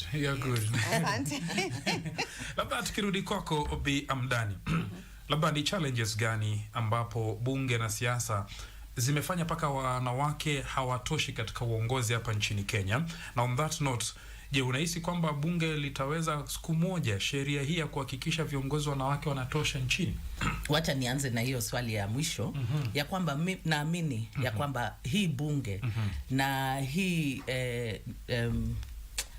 multi-sector working group tutaweza kuhakikisha ya kwamba hiyo sheria inapatikana. Kwa sababu tumeona ya kwamba kuna ile nia ya kisiasa ambaye haikuwepo hapo mbeleni. Kwa maana hiyo ndio shida ambayo imekuwa ni kukosekana kwa nia ya kisiasa. Lakini rais mwenyewe amekuwa katika mstari wa mbele kusema ya kwamba hii sheria lazima iwekwe na bunge, hili bunge yeye akiongoza chama chake na coalition yake kuhakikisha ya kwamba hiyo sheria ipatikane. So naamini ya kwamba wakati huu tutaipata na hii safari itaisha, itakamilika.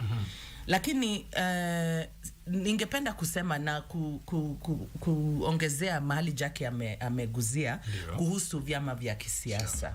Kwa sababu tunajua ya kwamba katika Kenya siasa yetu sana sana, ingawa tuko na independent candidates, sana sana ni kupitia vyama vya kisiasa. Na ukiangalia wale wamama wote ambao wamechaguliwa katika bunge, wamechaguliwa kupitia vyama vya kisiasa. Kwa hivyo vyama vya kisiasa wao ndio wameshikilia kifunguo ya kuhakikisha ya kwamba wamama ama wanawake watachaguliwa. Ukikumbuka katika tulipokuwa tunaelekea uchaguzi wa 2017 kulikuwa na kesi ilipelekwa kotini. Kwa sababu Katiba Institute walipeleka kesi kotini kusema ya kwamba kwa sababu bunge haijaweka sheria ya kutekeleza mambo ya thuluthi mbili, basi tume ya uchaguzi IBC ishurutishwe kama tume ya kikatiba kuhakikisha ya kwamba vyama vya kisiasa vitahakikisha ya kwamba wanapoleta lists za uchaguzi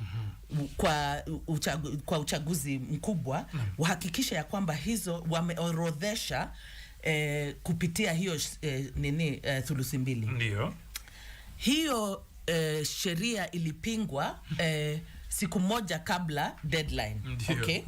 Na ilikuwa ya kuhakikisha ya kwamba vyama vyote vya kisiasa ambaye walikuwa wanaenda kuparticipate katika uchaguzi wa 2017 watahakikisha ya kwamba katika orodha yao hapata kuwa zaidi ya jinsia thuluthi mbili ya jinsia moja.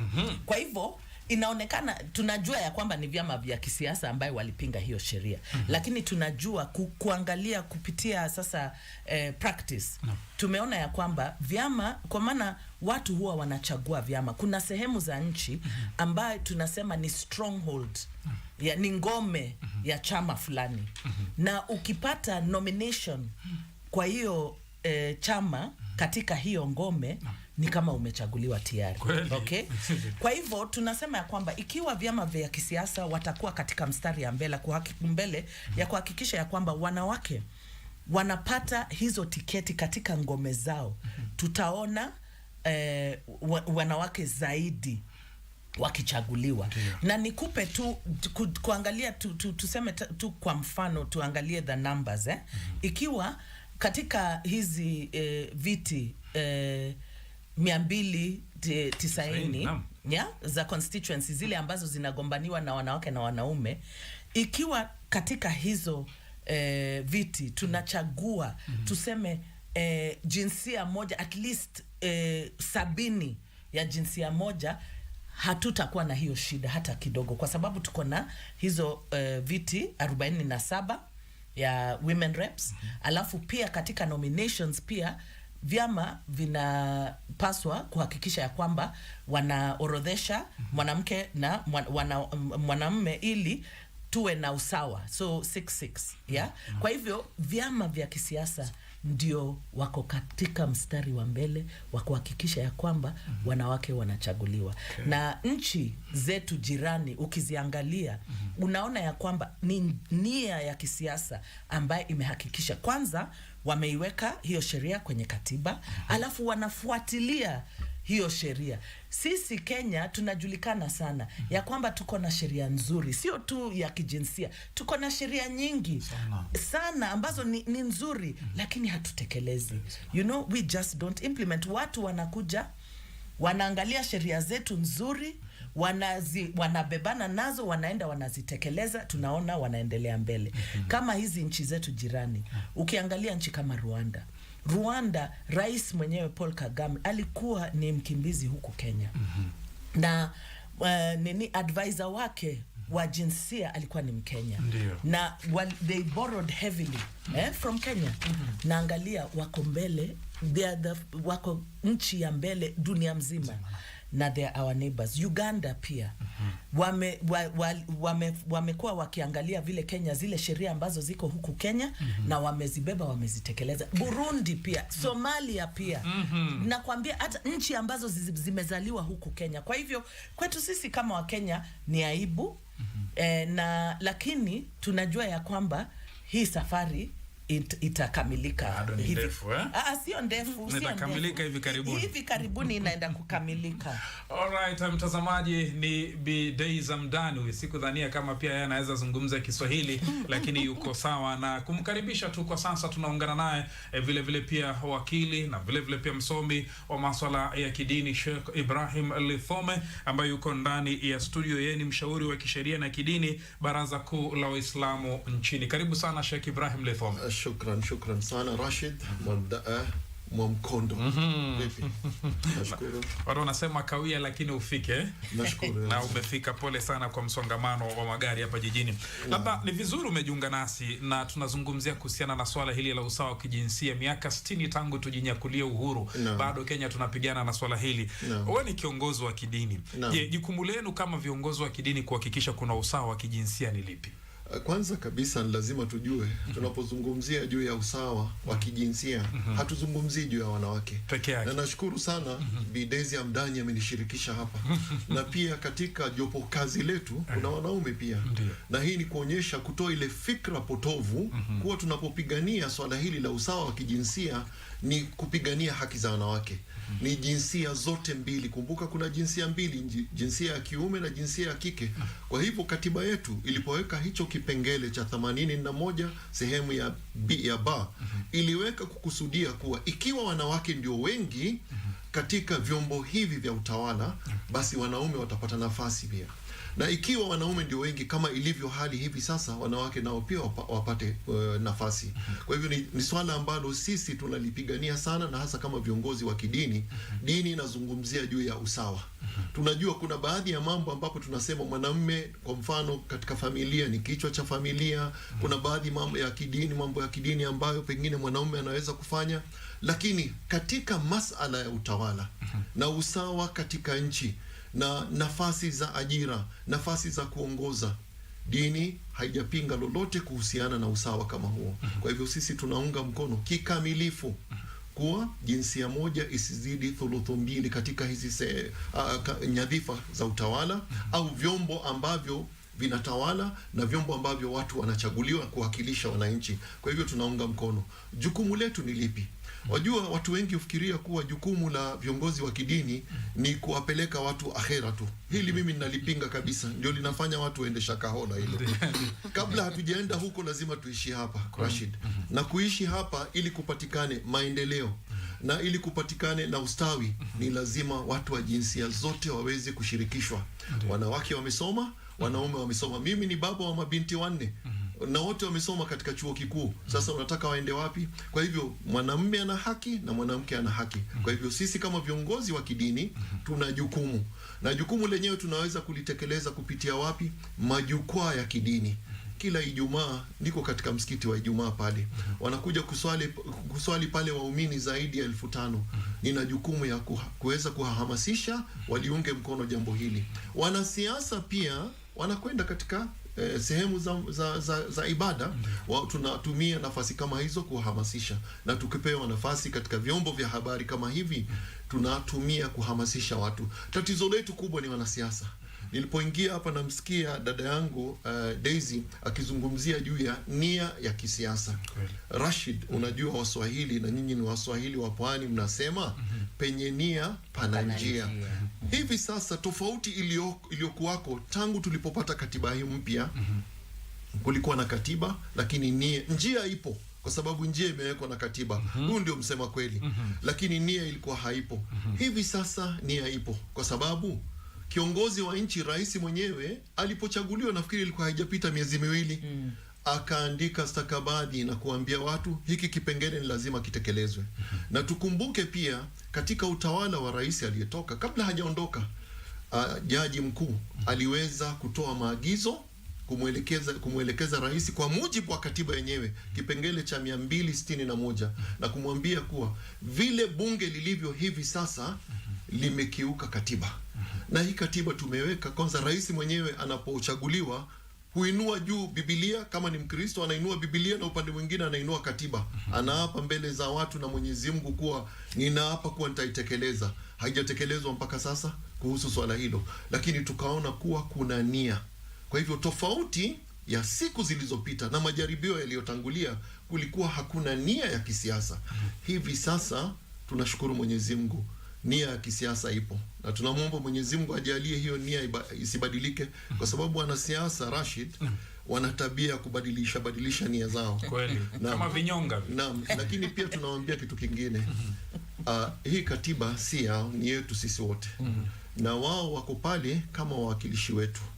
Mamlaka anayotumia rais, mamlaka wanaotumia mawaziri, mamlaka wanaotumia wabunge, ukiangalia katiba imesema waziwazi, ni mamlaka ambayo wamekabidhiwa na wananchi wa Kenya. Wayatekeleze kwa masharti matatu. Sharti ya kwanza, mamlaka yatekelezwe kwa mujibu wa katiba. Ya pili, yatekeleze kwa maslaha ya wananchi wa Kenya. Ya tatu, yatekelezwe kwa njia ambayo inakubaliana na sheria zote za nchi. Kwa hivyo tunawaambia, hata kwa mfano wakibadilisha nia, sidhani wanaweza kubadilisha tulipofika. Nilisikia ukisema safari bado ni ndefu. Hatusemi safari bado ni ndefu. Alikusudia mara hii tushafika. Tutayaona, miaka 4 si mingi kutoka sasa. Asante Sheikh Lithome, nitarudi kwako. Umesema kwamba tunazungumzia usawa pande zote mbili, lakini ukiangalia taswira kubwa katika taifa letu la Kenya, usawa huu wanaume ndio tumedominate sana, lakini tuliache hilo kwa sasa. Labda nirudi kwako Bi Jacqueline Makoha. Je, unahisi kwamba Kenya itapiga hatua gani zaidi ikiwa wanawake watapata nafasi ya uongozi humu nchini? Kwa sababu kuna wale wengine wanasema kwamba wanawake wanacheza dori kubwa sana katika uongozi. Kwa hiyo wakiwa wachache, lazima ndo labda tunaona mapengo mengi yanatokea, gaps nyingi zinatokea. Asante sana Rashid. Mimi nafikiri ya kuwa kujumuisha wanawake kwenye nyadhifa za uongozi ni muhimu sana. Na hii ni kwa sababu mwanamke huanza uongozi nyumbani. Ukiangalia katika familia nyingi, unaona ya kuwa familia ambazo zinafanya vyema zaidi ni zile ambazo mama nyumbani anaangalia maslahi ya familia yote, kuanzia kwa mzee hadi kwa watoto na kadhalika. Na hii inawezekana hadi juu kwa uongozi. Mwanamke ni mtu ambaye naturally anajali maslahi ya jamii, na kwa hivyo akipata wadhifa wa uongozi atajali pia maslahi ya wananchi. Na hii tumeona, na hatuwezi sema hakuna mtu ambaye ako perfect. Kweli? Hata wanaume na wanawake, kuna vile mwanamke pia anaweza kukosea, vile tu mwanamume anaweza kosea. Lakini katika jamii yetu unaona ya kuwa mwanamke akikosea anaadhibiwa zaidi kuliko mwanamume. Na hii nafikiri pia iko na uhusiano na culture.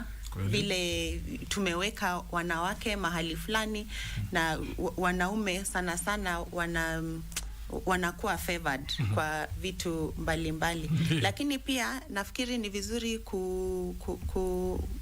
gusia ya kuwa tumeona wanawake ambao wamewekwa kwa nyadhifa mbalimbali za uongozi, iwe uongozi wa wizara, iwe uongozi wa counties. Tunaona ya kuwa wanapiga hatua sana za kimaendeleo. Kwa hivyo naona ya kuwa tukijumuisha wanawake na wanaume katika uongozi, hata development yetu itakuwa ile ya kujumuisha kila mtu. Kuna msemo, sijui kwa Kiswahili unasema aje, lakini kwa Kimombo unasema ya kuwa if you you know, when you build a woman, you build the community. Kwa sababu vile nimesema, kuanzia katika family level, kama unaangalia maslahi kiafya, kimasomo, kuhakikisha ya kuwa familia yako inapata vyakula bora, hiyo utapeleka pia katika uongozi. Uone ya kuwa kila sekta inafanya vyema for the good of the whole community. Na niongezee tu vile wenzangu wamesema ile nia. Nafikiri pia serikali zile za kitambo na pia serikali ya sahi, maneno ya kujumuisha wanawake na wanaume kwenye uongozi na katika development generally imepewa kipaumbele katika mikakati kadha wa kadha za serikali. Kwa mfano kama idara yetu inaangalia ya kuwa kila inahakikisha ya kuwa kila idara ya serikali inaangalia maneno ya kijinsia at the workplace, ambayo pia ni mojawapo ya mbinu ambazo zinahakikisha ya kuwa you know, the staff output sijui hiyo inaitwaje kwa kimombo, yani utendakazi bora ninahakikishwa ya kuwa masuala ya jinsia yanaangaliwa na masuala yani well-being ya wanawake na pia wanaume. Vile Sheikh amesema huwezi cheza mpira na timu moja, na hapa teams ni ya wanawake na ya wanaume. Lazima tujumuishwe pamoja ili maendeleo yawe ya kufaidisha kila sehemu ya jamii. Asante. Yes. Asante. Nama bila shaka kazi ipo hapa ndani ya studio. Abi Amdani, ni kirudi hapa kwako. Nyote watatu kuna kitu kimoja ambacho mnakubaliana nacho kwamba kwa sasa kidogo hii safari ya jinsia huenda ikawa nzuri kutokana na utawala ambao uliopo. Lakini kumekuwa na kampeni mbalimbali kuhusiana na ufikiaji wa usawa wa jinsia. Mbona huu ndo mnahisi kwamba ni wakati mwafaka? Kwa sababu kuna nia ya kisiasa. Ya kwamba unajua shida haijakuwa ya kwamba ati hakuna njia ya kutekeleza hiyo sheria. Njia ipo, katiba kama alivyosema. Yes. Na tena kumekuwa na efforts nyingi. Lakini kwa sababu ya ukosefu wa nia ya kisiasa hatujapata success. Lakini sasa tunaona ya kwamba hiyo nia ya kisiasa iko, rais mwenyewe ako katika mstari ya mbele. Right Honorable Raila Odinga mwenyewe amekuwa katika mstari wa mbele tangu tuanze kuandika katiba mpya. Yeye amekuwa akisupport mambo ya kuhusishwa kwa akina mama katika siasa. Tena tukiangalia hizi maongeo ya kisiasa za NADCO, ukiangalia zile vitu ambazo waliorodhesha, wale mapendekezo, yes, waliorodhesha mapendekezo na zile vitu ambazo lazima ziangaliwe kwa undani, na mambo ya thuluthi mbili ilikuwa hapo ndani. Kwa hivyo tunaona ya kwamba hiyo nia ya kisiasa ipo. Kwa hivyo tuna uhakikisho ya kwamba na tena pia jopo kazi letu kuundwa na kugazetiwa, hiyo yote inaonyesha ya kwamba hiyo nia ya kisiasa ipo. Kwa hivyo kwa nini basi sasa tushindwe na hiyo kazi? Hiyo sasa ni tunaangalia sasa celebrations, tujue sasa tutaanza safari ya usawa. Sasa tutaanza kupigania hiyo 50-50 kwa sababu tayari tumefika mambo ya at least hiyo 1/3. Ndio. Na kidogo Sheikh Lithome na Bi Amdani, ili swali litakuja kwenu. Kwamba katiba imesema hivi ndo tunafaa kufuata, lakini hatufati. Sasa je, kama katiba imesema hivi ndo tunafaa kufuata na hatufati, suluhisho ni nini? Suluhisho liko ndani ya katiba yenyewe. Turudi hapo kwenye katiba. Ni katiba yenyewe. Wajua, msema kweli hapa Rashid, ni katiba hii. Hakuna mtu ambaye anatawala nchi hii kwa kichwa chake au kwa sera ya siasa yake. Lakini tumeona wengi wana ignore hii katiba. Tunasema kwa sababu ya nini? Kwanza tunasema ni ujeuri wa kisiasa. Alafu pia sisi wa Kenya tunakosa kuchukua hatua mwafaka, kwa sababu katiba hii hapa hivi vipengele vilivyowekwa hapo na vikawekewa wakati maalum kuwa kupitia wakati fulani ni lazima bunge au chombo kingine cha utawala kichukue hatua fulani ili kupatikane sheria ya utekelezaji wa vipengele. Imeweka pia muda. Ndani ya muda huu ni lazima jambo hili litekelezwe. Lisipotekelezwa lazima pia kuna hukumu yake hapa. Hivi imewekwa wazi hapa. Tatizo letu kama Wakenya ni kupuuza. Kwanza ukisikiza wanasiasa wote wanajua ni mambo gani ambayo watu wanatarajia. Kwa mfano, wale ambao siku zote wanataka kura za kina mama, na ni nyingi tu sana tu, siku zote waambia mkinichagua tu nitawafanyia hivi na hivi. Baada ya wakishachaguliwa na nyamaza. Lakini ninasema hivi sasa, tofauti na mikakati iliyotangulia, na ukiangalia mikakati ilikuwa mpaka miswada imepelekwa bungeni. Kuna Duale 1, kuna Duale 2, kuna ile mikakati mingine. Yote haikufika mbali kwa sababu ya nini? Kulikuwa hakuna hiyo nia. Halafu sisi wa Kenya mara nyingine, akiwemo wewe Rashid, tunazembea sana na haki zetu. Badala ya kuwachukulia hawa watu tunawapigia makofi. Lau angesimama Mkenya yeyote kama vile alivyofanya jaji mkuu na kusema kuwa mmekeuka katiba, basi hizi hatua zingekuwa zimechukuliwa kitambo sana. Kwa hivyo tatizo letu kwanza ni nia ya kisiasa, halafu na sisi wa Kenya tunazembea katika haki zetu. Kwa sababu katiba imesema hapa, ikiwa bunge halitatekeleza jambo fulani, ikifikia muda fulani, imewekwa mwaka mmoja tu, ilikuwa imesema ndani ya mwaka mmoja baada ya utekelezaji wa katiba ni lazima kupasishwe sheria ya kuhakikisha uchaguzi wetu unabadilika ili usawa wa kijinsia upatikane, isiwe jinsia moja ni zaidi ya thuluthi 2. Baada ya hapo katiba imesema ikiwa kutatokea sababu mahsusi, basi wanaweza kuomba kuongezewa mwaka mmoja peke yake. Sisi tumezembea. Kwa hivyo lawama ni kwetu. Nataka kulaumu kina mama kama vile. Lakini ningependa kuingia hapo kusema ya kwamba hatujazembea. Kwanza hiyo advisory ambayo ilitolewa na jaji mkuu kuvunja bunge, ni sisi tulienda kotini. Kwa sababu katiba pia huwa inatupa njia sisi kama wa Kenya. Ikiwa bunge ilitakiuka sheria ama ikose kuweka zile sheria ambazo zipasavyo, tunaweza tukaenda kotini. Na tumeenda kotini mara nyingi. Tuko na zaidi ya court orders zaidi ya 5 ya kushurutisha bunge kuweka hiyo sheria.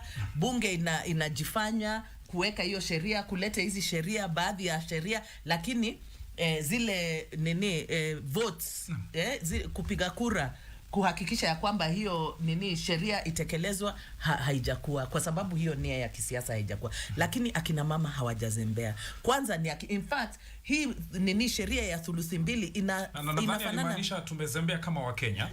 Wakenya hawajazembea kwa maana tumeona baadhi ya Wakenya wengi, kwa maana sio tu sheria ya thuluthi 2 ambayo imekiukwa. Kuna sheria nyingi Kenya hii ambazo zimekiukwa. Kwanza Okia Mtata ni shujaa kwa Wakenya wengi. Kwa nini? Kwa sababu amekuwa akienda kotini kupigania haki za Wakenya na kupigania katiba. kupigania sheria itekelezwe ipasavyo kulingana na sheria. Na watu wengi sana, hata ukiona sasa koti huwa inatoa uamuzi kila wakati na huwa wanazingatia katiba. Kwa hivyo Wakenya hawajazembea. Daisy, wamezembea kwa hivi. Ni wangapi katika wabunge waliokuwa katika bunge mswada ulipopelekwa wakakosa kuunga mkono, wengine hawakuhudhuria, kiangalia hawakuhudhuria. Na hao utakuta wamechaguliwa tena. Walijichagua ama wamechaguliwa na Wakenya. Kwa nini sisi Wakenya hatuwezi? Na kwa sababu tunawajua. Daisy, unamjua mbunge wako, Jackie anamjua mbunge wake, mimi namjua mbunge wangu, kama vile Rashid anamjua mbunge wake. Kwa nini? Na vyombo vya habari vinaangazia, tunajua ni kina nani ambao hawatekelezi haya mambo. Anakuja anapigiwa kura tena. Hapo mimi naona kuwa tunazembea kama wa Kenya. Lakini kama wanawake najua mmefanya bidii zenu, lakini kwa ujumla kama wa Kenya tunafaa kufanya nini? Ikiwa bunge litakosa kutekeleza kazi yake, katiba pia imetupa haki fulani ndani yake. Na haki kubwa, msema kweli, ni debe. Kwa sababu ukiangalia ni miaka mingapi tangu katiba mpya ilipopasishwa? Tunaingia sasa miaka 14 mpaka sasa.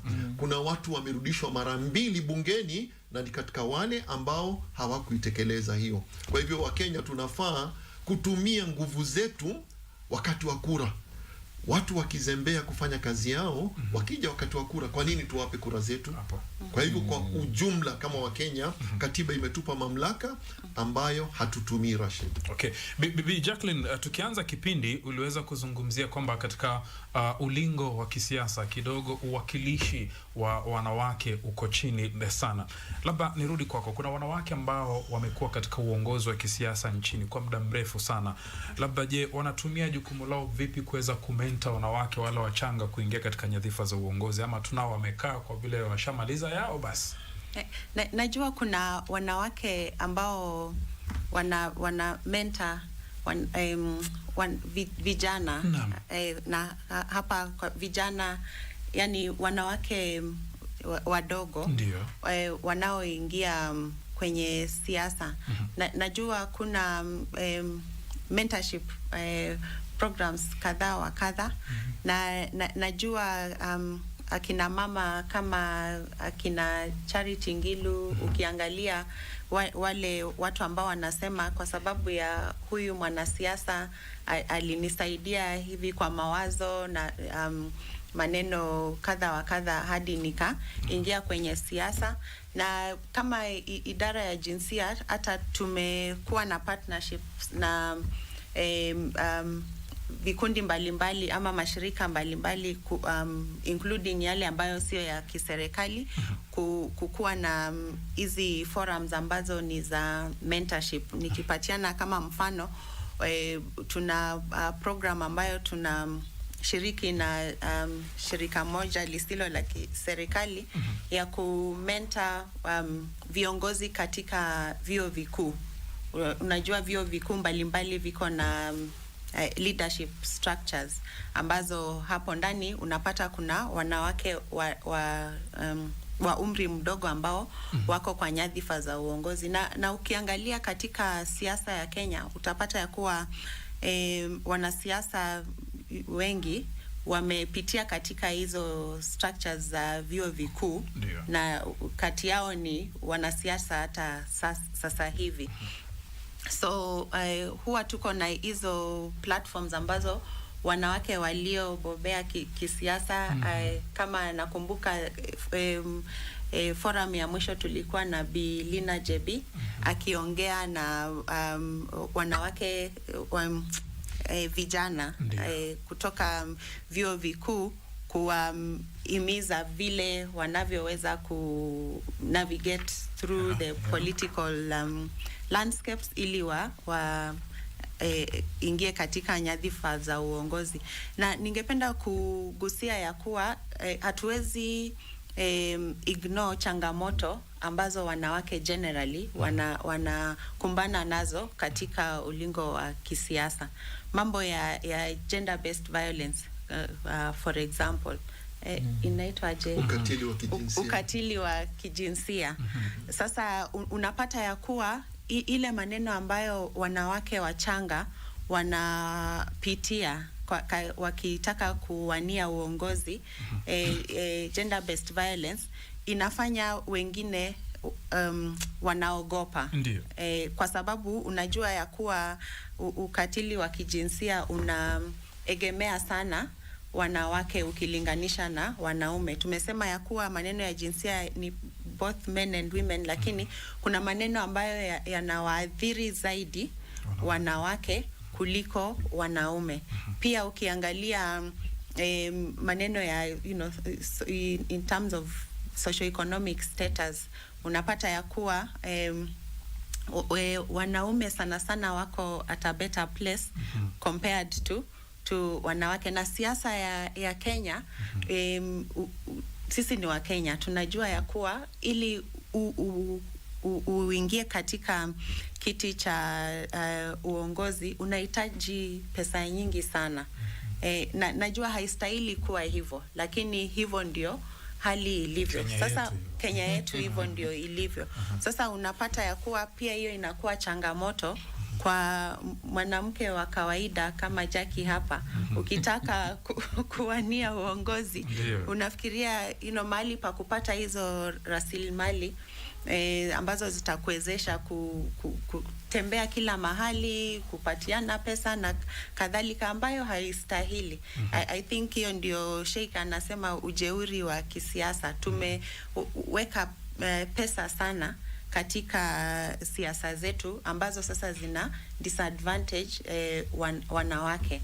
Sasa ukiangalia hizo sababu zote pia zinakuwa changamoto.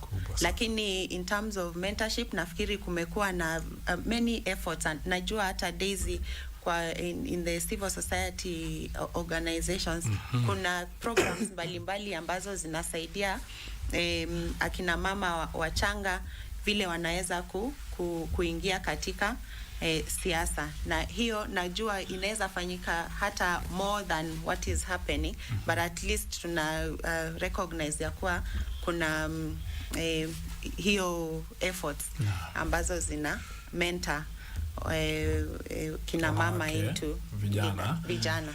Na mtazamaji, kipindi ni kizuri, wazungumzaji wangu ni wazuri, wanaelewa wanachokizungumza, lakini nahofia kwamba muda wangu anyway, tutafanya nini mtazamaji? Lakini kwa sasa nirudi upande wa pili wa redio. Naambiwa kwamba niwapatie fursa pia wasikilizaji waweze kuuliza maswali mawili matatu kabla kurudi hapa. Kuna hili swala la dhulma za kijinsia ambapo Bi Jacqueline amelizungumzia kwa sasa, na kuna mmoja hapa ameniambia, Rashid, hili swala la wanawake kuweza kuuliwa kila wiki katika hizi muulize Sheikh mbona hawajazungumza. Nasikia nyinyi viongozi wa kidini hamlizungumzi hili, lakini kwa sasa labda tu naomba muvae hivi vidubwasha tuzuke upande wa pili wa studio. Dora Manya, endapo unanipata, naomba tu kama tutapata simu 3 hivi kabla kuweza kusonga mbele. Dora, kwako upande wa pili wa studio. Shukran Rashid. Jumbe mbili kwanza hapa kwa mtandao. Kuna jamaa anaitwa Mungaya anasema, kwa karne kadhaa tumesema wanawake na wanaume ni sawa, lakini japo katika kushughulikia wanawake tunawapa nafasi zaidi wanawake, ni wakati sasa wajipange pia. Na anaendelea kusema pia about 2/3 in elective posts, hilo ni gumu kwa sababu mimi nitampa kura yule mtu ambaye nataka without considering gender. Amesema vile, manake anasema Rwanda wengi waliuawa na wengi walikuwa wanaume, kwa hivyo wanawake ndio wakasalia kuchukua uongozi. Hebu nipokee simu. Radio Taifa. KBC? KBC idhaa ya kitaifa. Yes, unaitwa nani, swali lako? Niulize swali langu. Ndio. Na maswali matatu au manne. Uliza mawili tu kwa ufupi sana. Kwanza taomba msamaha kama kwamba nitakuwa nimekosea. Sawa. Nauliza hivi. Nakusikia. Hivi sasa hiyo sheria haijapita bunge, na tayari wanaume na wanaume katika maboma yao wamepokonywa uwezo wa kusema chochote, kuweka sheria, na watoto wameharibika. Okay. Hai, najaribu kuelewa, lakini asante sana Radio Taifa. Samahani, kuna mwingine anasema ukabila na dhulma za kijinsia zimechangia changamoto kuwafikia usawa wa kijinsia. Radio Taifa. Pole tena, nijaribu mwingine mmoja. Radio Taifa. Halo Radio Taifa. Yes. Mchungaji Pastor Jackson Hamasdora. Swali langu ni kwamba hii mambo ya jinsia, kama wanawake wakitaka kusimama inakuwa tena vyama vyao vinawapakua. Anaweza sema nini mambo ya vyama kupakua wanawake? Asante, swali zuri sana, vyama kubagua wanawake. Tupokee simu nyingine moja katika mtandao wa Facebook. Anasema mwingine hapa, Isaac Kirar anasema wanawake wapewe nafasi nyingi zaidi katika nyanja mbalimbali ikilinganishwa na sasa, manake ni wachache. Radio Taifa. Halo, jambo Dora Manya. Si jambo. Omar Baba Saina kutoka Lesos and County. Waja nije chap kwa Sheikh Lidome. Ningependa kujua hadi tunazopatiwa na yule tuliyemchakua, gani afadhali kututekelezea, kulinda katiba ama kututekelezea ile haki yake? Alafu swali kwa huyo mama, wakina mama wanapoangushwa katika uchaguzi, mbona wanania 2/3 majority? najua kwamba huku reserve mama hawezi kunitawala nyumba yangu. Shukrani. Asante sana. Niongeze moja ama turudi kwako Rashid? Kwa sababu ya muda naona tuachie hapo, kwa sababu wazungumzaji wangu wanazungumza vizuri. Hizi dakika zimesalia 10, hata sidhani kama tutatoboa. Mko uhuru kujibu maswali ambayo yameulizwa. Yoyote anaweza kuanza. Okay, mimi nitaanza. Amesema moja katika waliouliza swali, ahadi tunazoahidiwa na hawa viongozi wa kisiasa, je, sawa ni kututekelezea katiba ama haki zetu? Nafikiri wananchi wa Kenya wanafaa wajue kitu kimoja. Kiongozi akitekeleza katiba inavyopaswa, haki zetu zote zitapatikana. Kwa sababu hii katiba, kwanza ukiangalia sura ya 4, sura ya 4 ndio sura hata wasiokuwa wa Kenya wanaisifu sana. Kwa sababu ya nini? Wanasema ni sura ambayo imeweza kukusanya haki zote za kibinadamu ambazo ziko hapa. Katiba hii imeweza pia kuelekeza wale viongozi majukumu yao ni yapi. Kwa hivyo sisi tunasema kiongozi yote tukimchagua, tekeleza katiba. Katiba ikitekelezwa, haki yetu tutapata. Mwisho niwaachie wenzangu nafasi. Huyo ambaye analalamika anasema kuwa nyumbani anatawaliwa au sijui watoto wanaharibika na bado sheria hii haijapita. Na je ikipita, najua alitaka kusema hivyo. Na je ikipita si tutakaliwa vichwani? Nafikiri hapa hakuelewa vizuri. Wajua tunapozungumzia juu ya haki, watu wapewe haki sawa. Usimwangalie yule mwanamke ambaye humjui, ni huyo binti yako, ni huyo mke wako, ni huyo mama yako, ni huyo dada yako. Tuweze kushirikiana, kila mmoja ana nafasi yake. Wajua tunakabilishana, Rashid. Wewe kuna mambo ambayo huwezi kufanya, mke wako anaweza kuyafanya. Lazima mke wako pia umpe kile ambacho kinaitwa uwezo, umwezeshe kufanya mambo fulani. Kwa hivyo kama vile katika nyumba ama familia ambapo mama amewezeshwa na baba amewezeshwa, utakuta hata yale malezi ya watoto yatakuwa ni mazuri. Kila mmoja ataweza kutekeleza majukumu yake kwa njia nzuri. Na hata kwa mfano ajali ikimfikia, sisi tunajua kuwa kifo ni lazima. Utakuta familia ambapo mama amewezeshwa zaidi ina nafasi nzuri ya kuwalea watoto hata mmoja akiondoka, kuliko familia ambapo mama hajawezeshwa. Kwa hivyo nasema hapa tuwawezeshe. Na huyu ambaye anasema amekaliwa, huyu alikuwa amekaliwa zamani, asijaribu anajaribu kulaumu tu sheria hapa. Huyu alikaliwa zamani, aje tutampa ushauri vipi watakaliana wawili, asikaliwe yeye.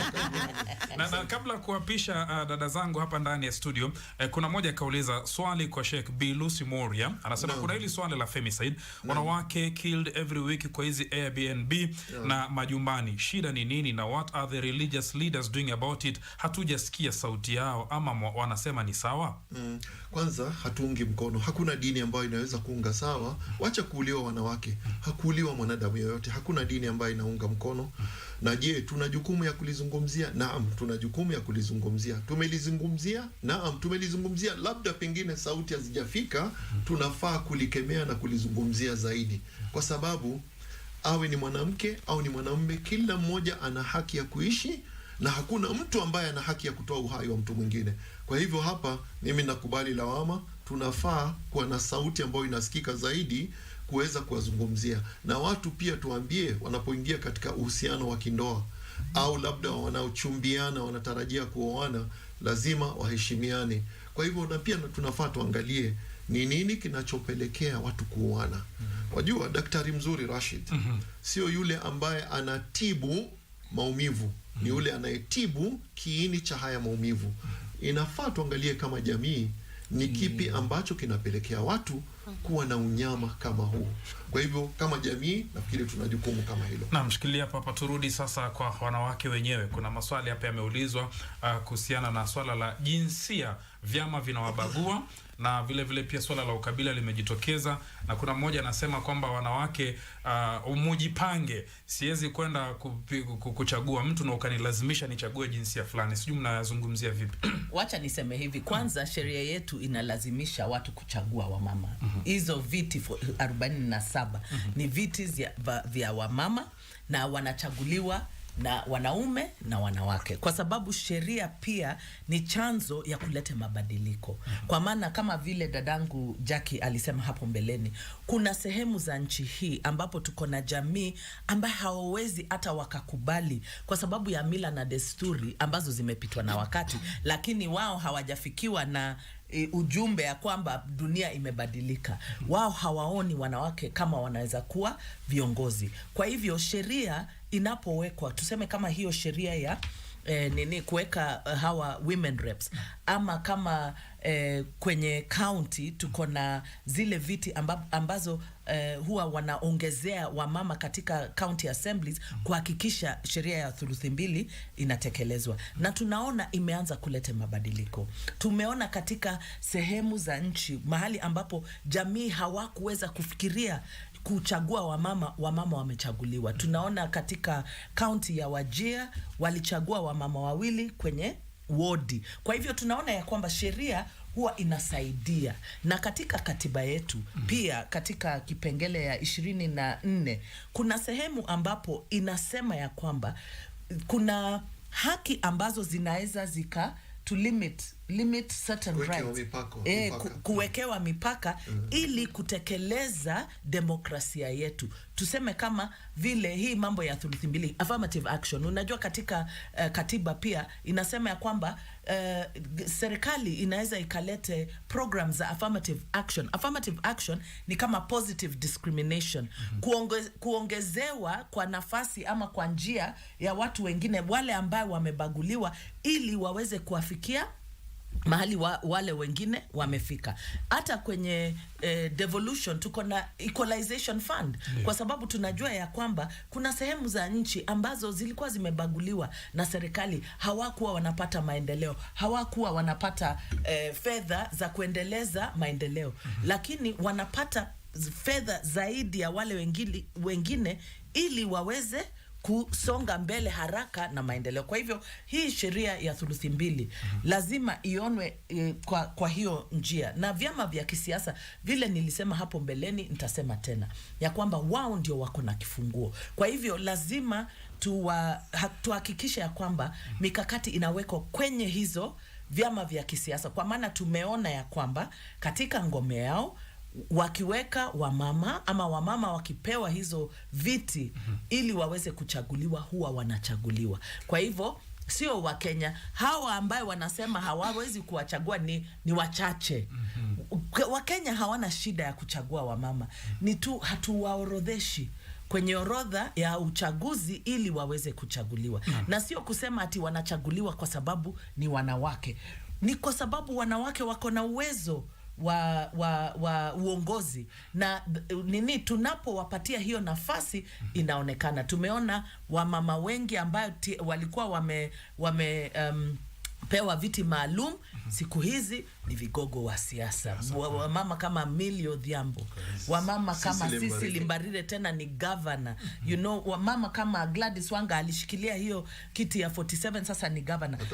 Sofia Abdi, yes, na tumewaona. Kwa hivyo hii kipengele itasaidia sana kupatia wamama hiyo nafasi, na tena hizi changamoto ambazo tunaziona kama mambo ya fedha, kwa maana tukumbuke ya kwamba katika mila na desturi wamama na vijana na vikundi vingi walikuwa wametengwa katika mambo ya uchumi. Na tunajua ya kwamba siasa yetu hata kuchapisha posta, tusiseme hata mambo ya kupeana hizi pesa ambayo wanasema mkono mtupu haulambwi, katika kampeni, hata kuweka posta inahitaji pesa. Kwa hivyo lazima tuweke mikakati ya kuhakikisha ya kwamba na hizo mikakati ziko tunazifanya kuhakikisha wamama wanapata fedha through economic empowerment na ili waweze pia kupambana vilivyo. So najua ya kwamba Kenya inasonga mbele na hivi karibuni hii safari ya thuluthi mbili itaisha. Tuanze sasa safari ya na wanaume wajue ya kwamba hii sheria ya thuluthi mbili itawasaidia siku za usoni. Asante mtazamaji, ndo maana Bi Deza Mdani yeye mwenyekiti wa hii multisectoral working group on gender, kwa hiyo ashasema itakuwa tu. Labda nirudi kwake Bi Jacqueline hapa tukimalizia. Kuna yule alisema kwamba wanawake mnafaa kujipanga, sio tu kuhakikisha kwamba ati sijui two-third gender, ni mjipange. Unakubaliana na swala hilo? Sikubaliani kwa sababu vile wenzangu wamesema, katika jamii yetu wanawake na wanaume hawako katika level moja. kwa sababu kwa hivyo inafaa tukue cognizant of hizi differences na hizi changamoto ambazo wakina mama wanapata ili kufika kwa hiyo ulingo wa kisiasa as compared to men. Ndiyo tunawahimiza kina mama kila wakati wajitokeze, wanie nyadhifa za uongozi, lakini hatuwezi funga macho na masikio yetu kwa zile changamoto ambazo wana face.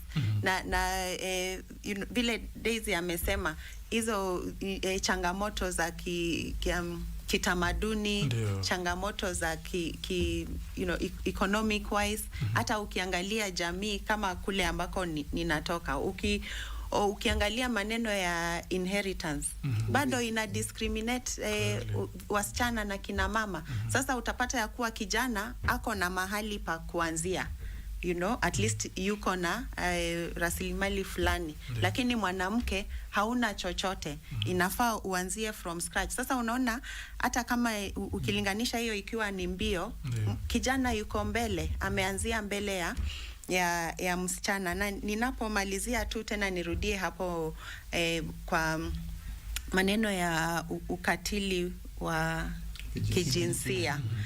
Nafikiri ya kuwa hii ni maneno ambayo kama jamii tunafaa kuyaangazia sana sisi wote.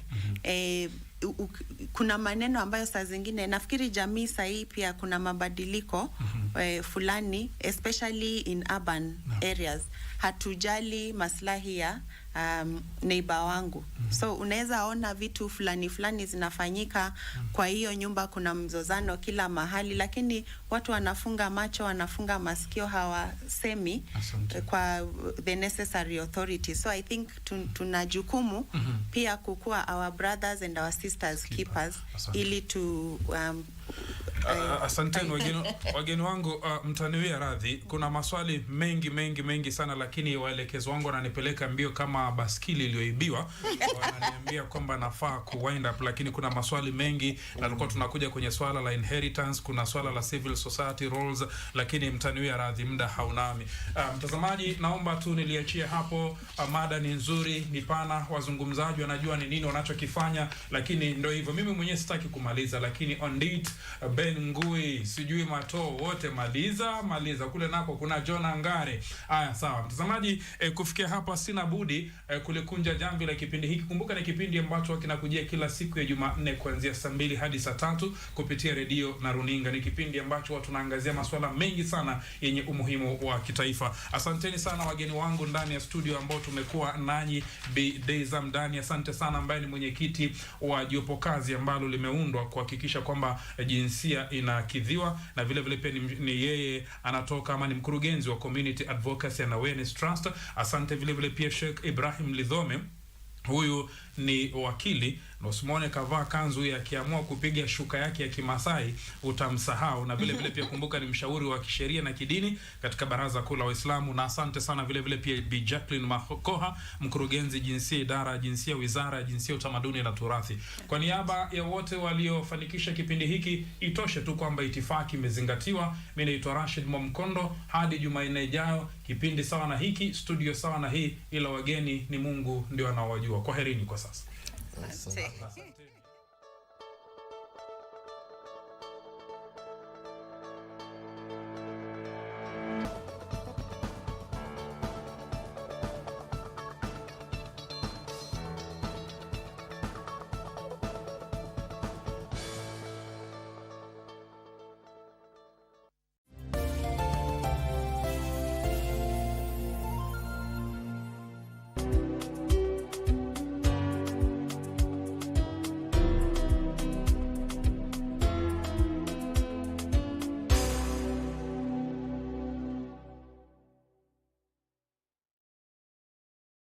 Started off a secret, one man as a leader, defied all odds. Allah subhanahu wa ta'ala, yeye ndio mwenye kuturuzuku. Riziki zetu sisi binadamu zinatoka kwake yeye Allah subhanahu wa ta'ala. Ye Allah subhanahu wa ta'ala ndio mwenye kuwaruzuku wanyama wakubwa ambao sisi kama binadamu hatuwezi kuwalisha. Allah tabaraka wa ta'ala anawalisha. Kuwalisha mayatima wa karibu ama kumlisha maskini ambaye amelemewa na njaa kunampelekea mja kuwa miongoni mwa waja ambao wataingia katika pepo ya Allah subhanahu wa ta'ala. Ndiwe pweke ayuni, wewe ni ngao yangu, kinga ya maisha ni Afrika. You don't know what you just did, Alonso. I heard this peasant when he was saying very clearly that it was hard to forget what happened between the two of you. Nothing happened or nothing will ever happen. This is Melena's earring, and you will explain to me what the heck Melena's earring is doing in your house and exactly how it got here. Can't I go out to the garden? I didn't say that. They made you believe something that wasn't true to hurt me. Let me take a wild guess who did it. Fabiola.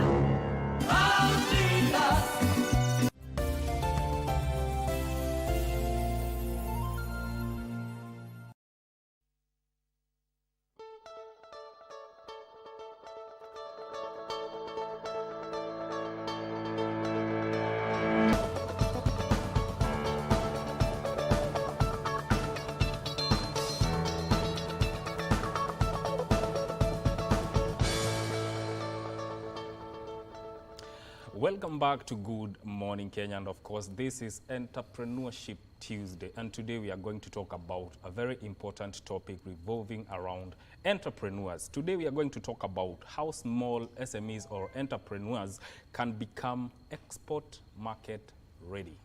And to help me with this conversation in studio, I'm joined by Lois Mukabana, who is the CEO of Kenya Export Promotion and Branding Agency. Karibu sana to the studio. Asante sana. How are you doing? I'm well, thank you very much. Okay. To start off, let's talk about, first of all, let's understand what is KEPROBA. Talk about its mandate and its role in enhancing the chances of Kenyan entrepreneurs in accessing international markets.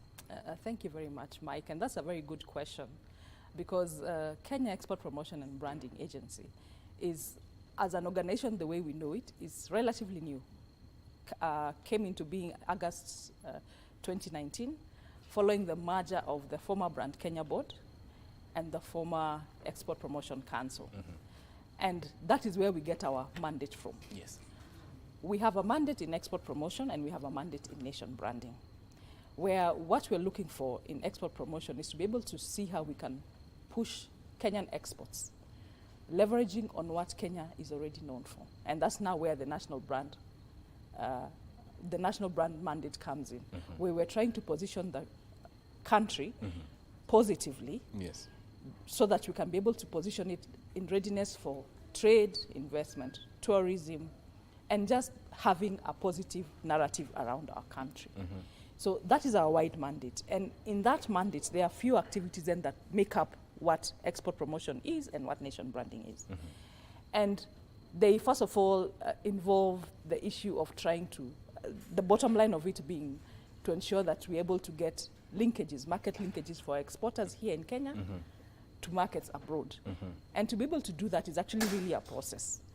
It begins by, first of all, being able to undertake market research in the area and the product that you want to push. So you're going to look at consumer tastes and preferences in the market that you want to venture into access. You look at the standards that are required in that market, because that's one of the things that we call non-tariff trade barriers, where they prevent you from getting into their market by probably just making a law like we package our tea in 200 grams. So if it's anything more than 200 grams, you're not able to access. Or they can even have specific technical qualities around it. So the market research element of our work will allow us to be able to position, get the information that is required about our Kenyan exports to the market that we are taking. With that information, that market research, we now say, we want to go to a certain market and the products that they require are 5 things: tea, coffee, whatever it is, flowers, and these are the standards that are required in that market. And we use that information to create awareness among the exporters in Kenya. And you will find that, and usually that is the case, there's always a gap between what they are producing now and what the market requires. that information is supposed to aid them to now develop their product in readiness for that market. And that's now the other function that we undertake. We do product development and capacity building through product development, so that when we go to a certain market, the product that is taken to that market is a product that is going to be readily acceptable into that market. And so we have a product development capacity building process where we get entrepreneurs learn about issues of branding, issues of quality required in that market, issues of licensing that will allow you to get into that market. And now the exporter is ready to go to that market. Now that we've reached that stage, the next stage then comes to being able to access. How do we then get into that market? And those are market linkage activities. And as KEPROBA, we try and do that through undertaking trade fairs and exhibitions as one of the ways to get them to introduce their market into the product. We also do buyer-seller missions. So if we are of the opinion that in that market there is no trade exhibition, but we want to be able to take our exporters there to learn, even for themselves, to learn about the distributorship, the logistics. So you go and do a buyer-seller mission, make sure you are able to introduce them to the kind of buyers they're expecting to get, let them negotiate, let them talk. So after buyer-seller missions, we also do business forums where we just discuss, as businessmen, let's discuss. This is what we want in this market, and Kenya, this is what we're offering. Is there a way in which we can be able to work together to get our deals done? And that is now the part that allows us to go into export market development in that area. But even following export market development, there are other issues that will arise. There'll be issues of advocacy where you feel like you're not treated. There are better ways in which you can be able to work with the products that we have in Kenya. So then, if that is the case, we advocate, we look for the issues that are arising, the current issues, and push those issues around. And then we also have that role of ensuring that in all these things that are done, Kenya is viewed positively, so that when you hear of an export issue that does not address the Kenya narrative in a positive way, then we also make sure we have concrete measures to address it. So for example, if you hear there is a problem with tea in Kericho because they are alleging some human rights issues, or with Kakuzi, as a Kenyan organization, we then try and push that narrative positive, to be able to be put in context and also counter that narrative around it. Because most of the time the information that is being given out is not exactly it does not position our products well, and it's not representative of everything that happens. So we also need to push that narrative. So generally that's what KEPROBA does. So with that in mind, how are we able to assist SMEs? So what I would urge SMEs to do, and there's I need to go back and say this very important thing, function which you do, which is called trade advisory services. It allows SMEs to come to us with any question, and then we work together with them to see how we can address it. So the SME can come to us and say, I hear avocados are required in Dubai, or we are selling, there's a market for live animals in Qatar. How can we work together? Or I have tried exporting, which is a case that I'm working on recently. I'm trying to export a new product from molasses, and I am getting information that the country has not done that before, so the licensing regime of them is not available. How can we work together to work with the existing framework so that I can be able to push this product that way? So that's the trade advisory services. So then how would I ask SMEs, and how do we assist SMEs? The first step would be for us to be able to give SMEs information about the markets that they require. So through our research function, we're able to give you whichever market you have, and we have information around that market, we'll give you that information.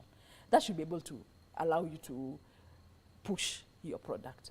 But maybe your issue is that you're feeling like you have capacity challenges in trying to get from where your product is to allow it to get market access into the market you so desire. Yeah. So then we actually roll our product development cycle, where we actually do coaching of exporters and people who want to export, to make them export ready. So we look at what your product is, we advise you about the standards that are there, and now we work with you.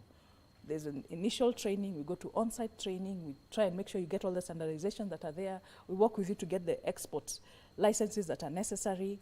We teach you how to negotiate, because then again, international trade is a totally different arena when it comes to trying to sell. Yes. You have to know terms like CIF, FOB, and what they mean. And then we allow you, once you have reached at a level where we think now you have a product and you understand what international trade is, we take you through a test marketing phase, where usually we take you to an exhibition and see how you will carry yourself and whether you'll be able to make sales. And after that is done, we now are able to release you to the market and say, now we have been able to train an exporter. This is a well-seasoned exporter. And then that is now where the role of trade advisory services comes in. Because your journey is just beginning, and you'll now be getting specific questions on how to, and you can come back to us, and we can see how we can work together to address any issues that you'll be facing. So the first thing is for the entrepreneur or a small business to approach the trade advisory and ask for, is it like asking for help and information on how to go about the information? Yes. Significantly? Yes. Information. And once we're able to get that information, we can always take you to the next step. Yes. Now, you mentioned something about exhibitions. I'd love to know, how frequent are these exhibitions? Because, of course, they offer very, very, very important exposure to entrepreneurs. How frequent are these exhibitions? I'm talking about local and international. So, especially when it comes to exhibitions, they're usually organized around products or around a country. I can tell you, for example, as Kenya Export Promotion, and they are basically annual events. So as Kenya Export Promotion and Branding Agency, we worked towards, and this year we had planned to go for Fruit Logistica, which we did. We wanted to go for SCAR, which is a coffee exhibition, trade exhibition in the States. Yes. We wanted to go for World Tea in the States. We are going for Gulf Food in Dubai. So largely they are already organized. The international trade exhibitions that are organized by the various players in that space. So what Kenya needs to do then, to be able to be in that market, is to be able to organize to then participate. And usually it requires for you to get space on that side, on this side, and work towards ensuring that you have buyers on the other side, on the trade exhibition space that is being done. On the Kenyan side, what is expected is for you to have your exporters properly trained, ready with the standards that are required, so that then you can be able to showcase them. It's really an issue of showcasing. And it's an annual event, and as a country, what we then do is to determine which ones of these exhibitions we want to undertake. Yes.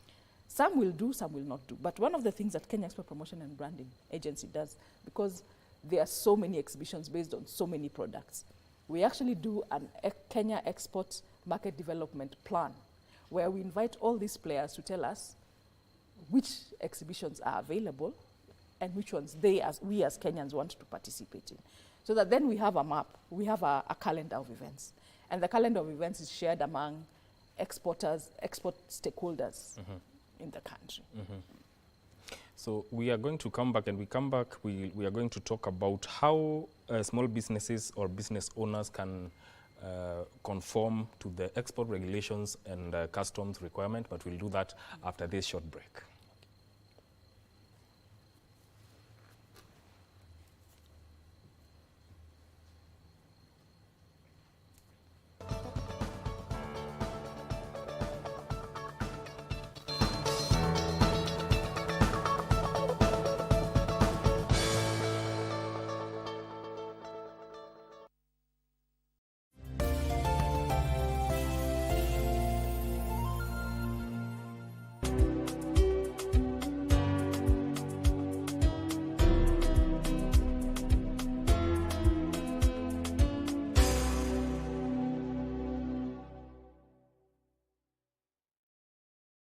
The king in the land of This February, precious moments with Channel One entail endless hours of warm sentiments. I really love you. Oh, Lord. Joy. Did you get the job, Letty? Romance. Oh, babe. Affection. Passion. Family. Who are those flowers for? Oh, I'm sure they're for Lucia. Fulfillment. This is so That's sweet. just the start. An array of programs specially selected for you to give you and your loved ones the cozy feeling of being at home. Impressive. Baby, let me tell you. The treat is on us. Are you serious? Just give us a chance. Make a date with KBC Channel 1 in the month of love for a heartwarming experience. You will love it.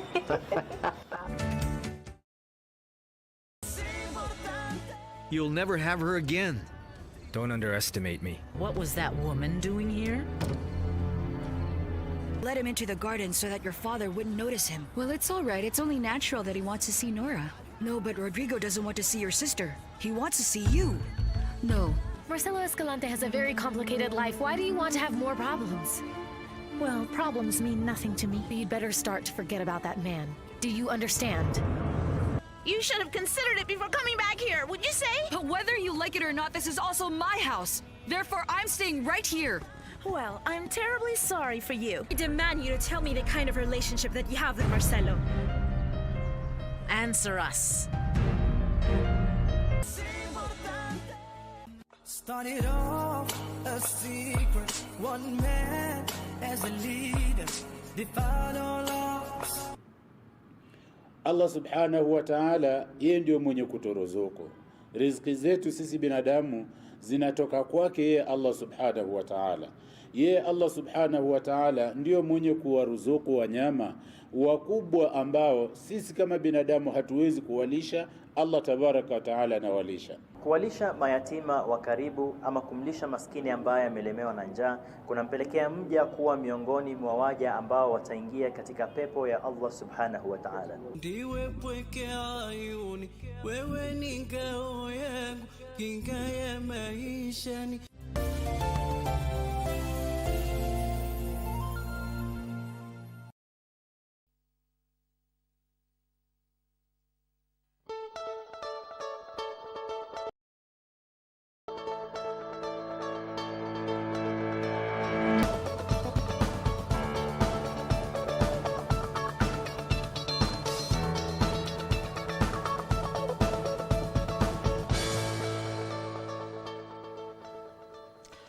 Thank you for watching Good Morning Kenya. This is Entrepreneurship Tuesday. And before we went on a break, I wanted to know from you, CEO, how can small businesses conform with export requirements and customs regulations?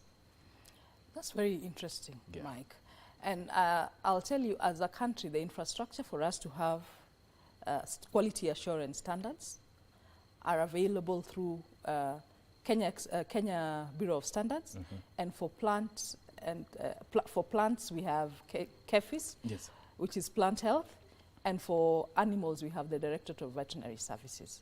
So they actually are the ones who will be able to certify. Usually, as one of the things that export requires is there'll always be a certification of the standards. Some certification standards are they are kind of like commercialized. So we have traceability, we have global gap, so that you work towards going through a process of quality assurance by going to that organization, and they'll give you the steps. This is what the standard entails, and let's see how you have adhered to the standards.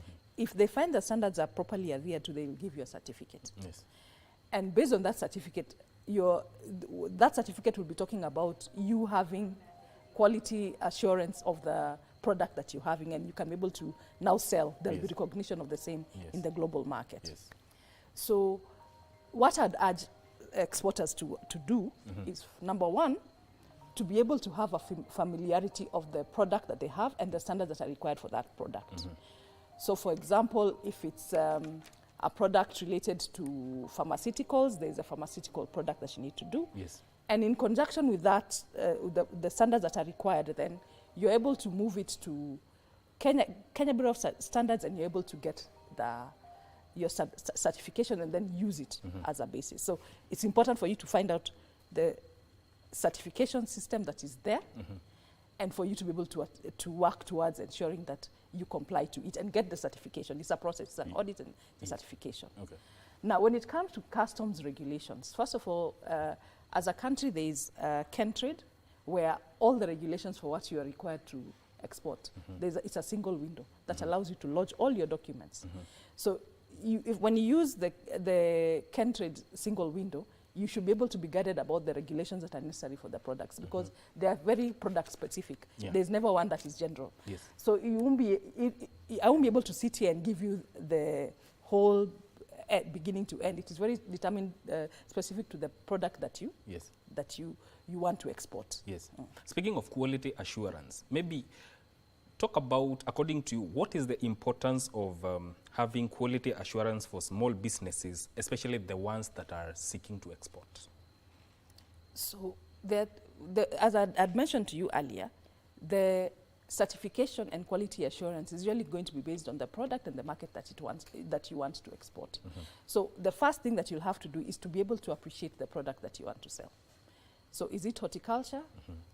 Is it animals? So if it's horticulture and plant-based, your go-to institution is going to be Kenya KEFIS, Kenya Plant Health Institute. Yeah.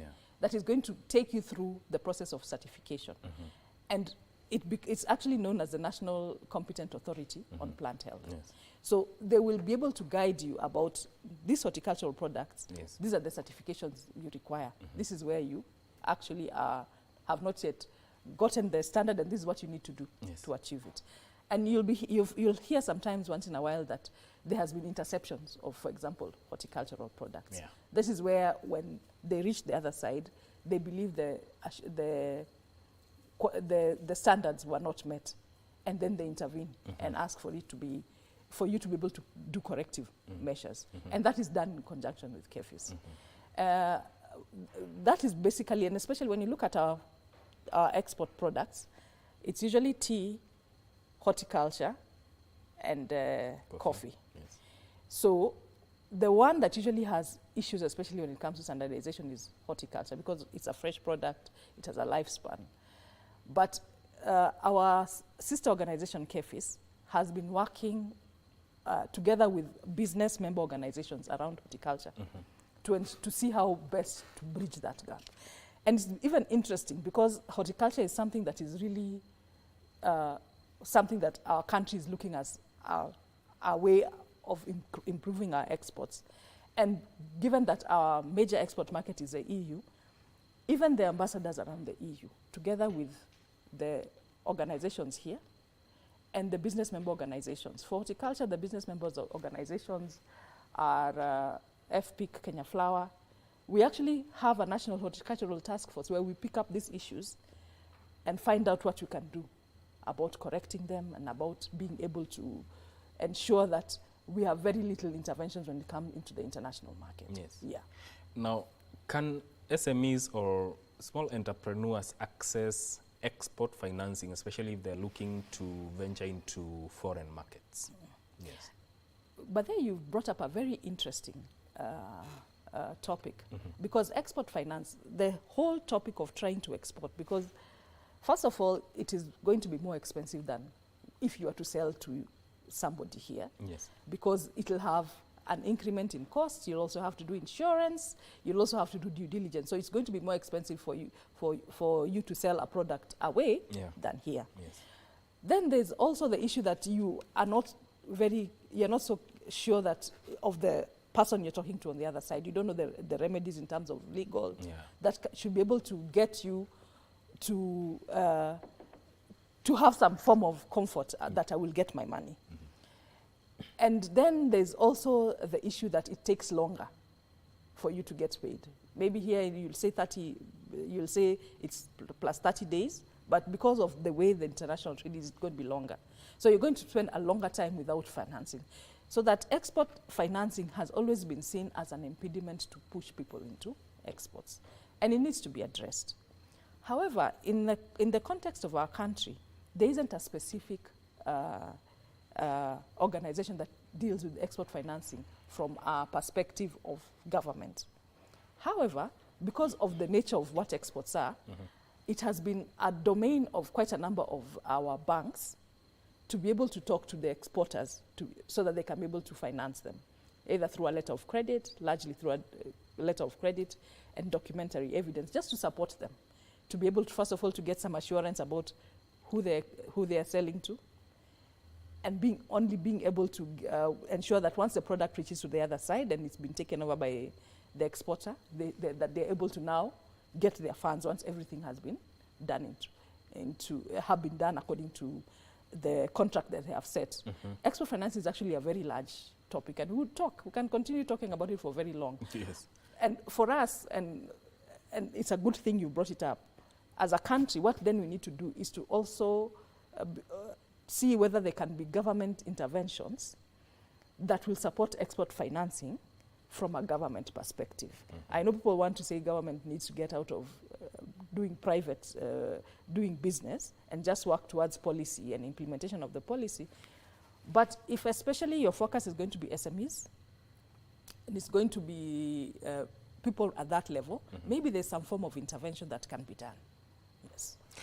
Now, how, as an agency, how do you collaborate with other stakeholders to create a positive image, especially for the Kenyan market on the international space?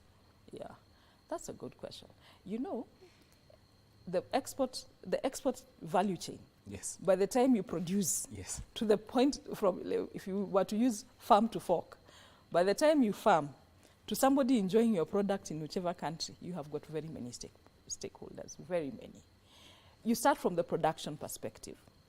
And you see production will also be informed from the market preferences of that market, because you will be producing something that is not required. I remember a case in point is the issue of Makueni. Was it Kitui that had a certain kind of green gram, and they had intended to take it to the Indian market, only to find that it was not acceptable in the Indian market. It is not their consumer taste or preference. Okay. So it begins by, first of all, being able to work with producers. So in all these products that we have, where we have horticulture, we have tea, coffee. So we have tea board, that's one of the people who we have to work with. Yes. We have coffee board and AFA. We have horticulture, which is now the Agricultural Food Association. So we have to be, first of all, at the point of production. Then after production,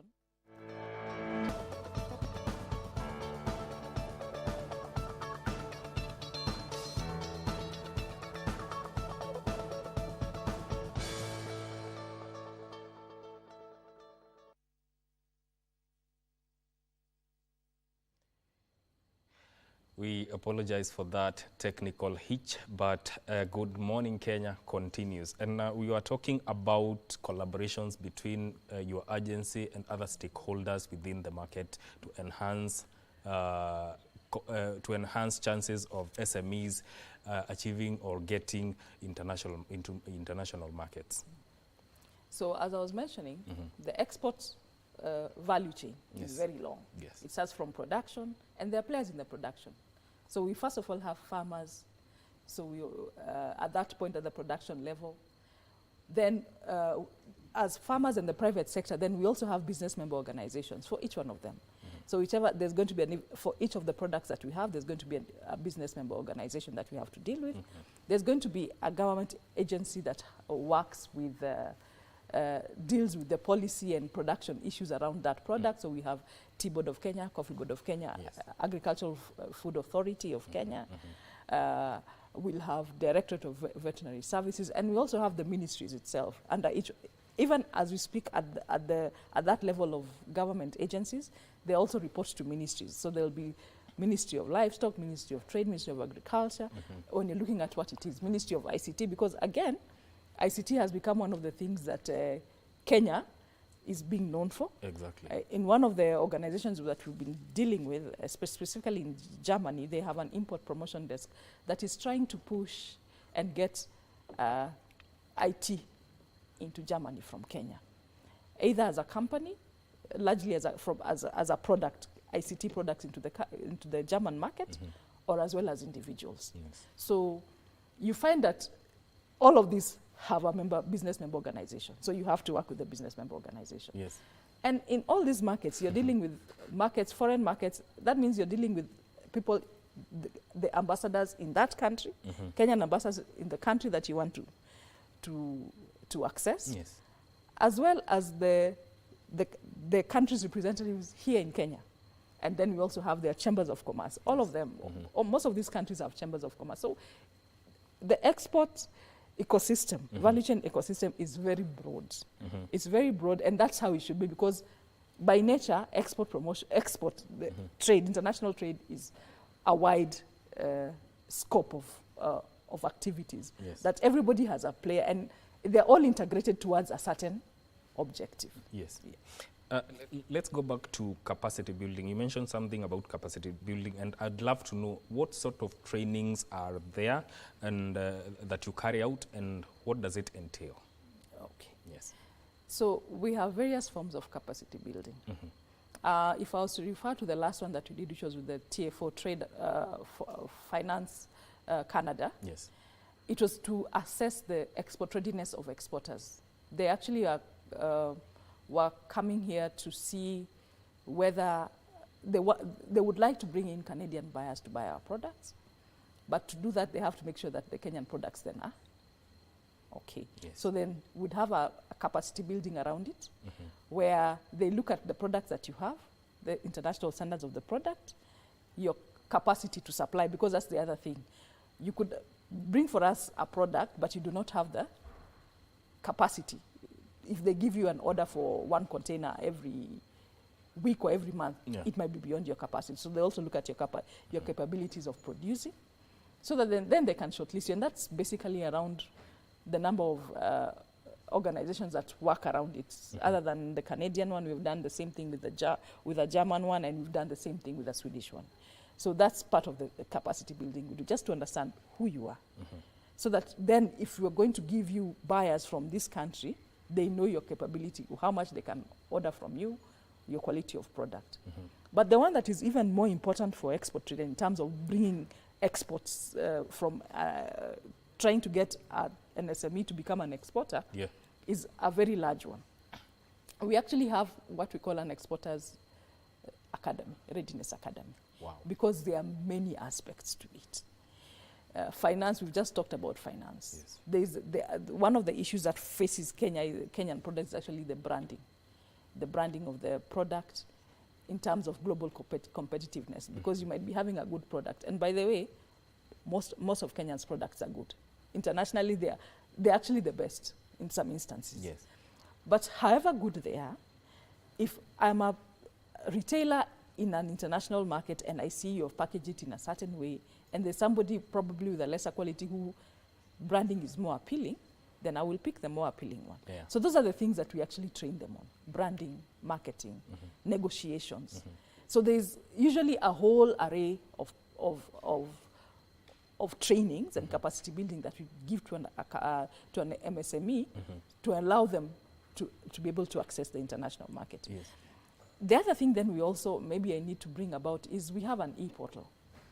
Because we realize that the issue of having structured training might not be sufficient to allow you. It might conflict with your time. So in our e-portal, that's where we have our exporters readiness program. You're able to access these modules depending on when you need them, because it's actually a process. And also with our e-portal, it allows you to register either as an exporter, so that people can be able, and what you export, so that anybody who has an interest in what you're selling, if I'm going to, let's say, leather bags, and I've put myself in my profile that I sell leather bags, anybody who wants to buy leather bags from Kenya can know, if I want to buy leather bags from Kenya, these are the 5 entrepreneurs, and I can engage them, do my own due diligence and see whether something can come out. So that at least it gives you some form of where you can begin the training. So the capacity building is actually wide. And it has many models. So we can have that, or we can have 1-2 days. Sometimes even it just comes in the form of, let us hear from you what your journey has been in exports. Are there issues you're having, and what do you think we can be able to do? And we do border forums, cross-border forums around them, about our traders and what they require from us and how we can be able to work with them to address issues that are coming up. Yes. What gives Kenya an edge as an investment, trade, and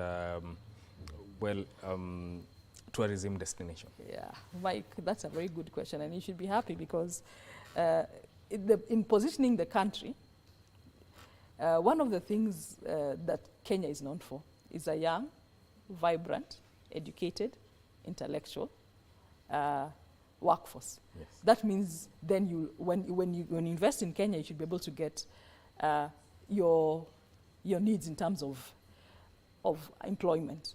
But really, Kenya is an investment destination because, number one, we are a logistic hub into East and Central Africa. Our infrastructure from Mombasa, ports, the road network, and our airlines allow us to be able to be a logistic hub within the country.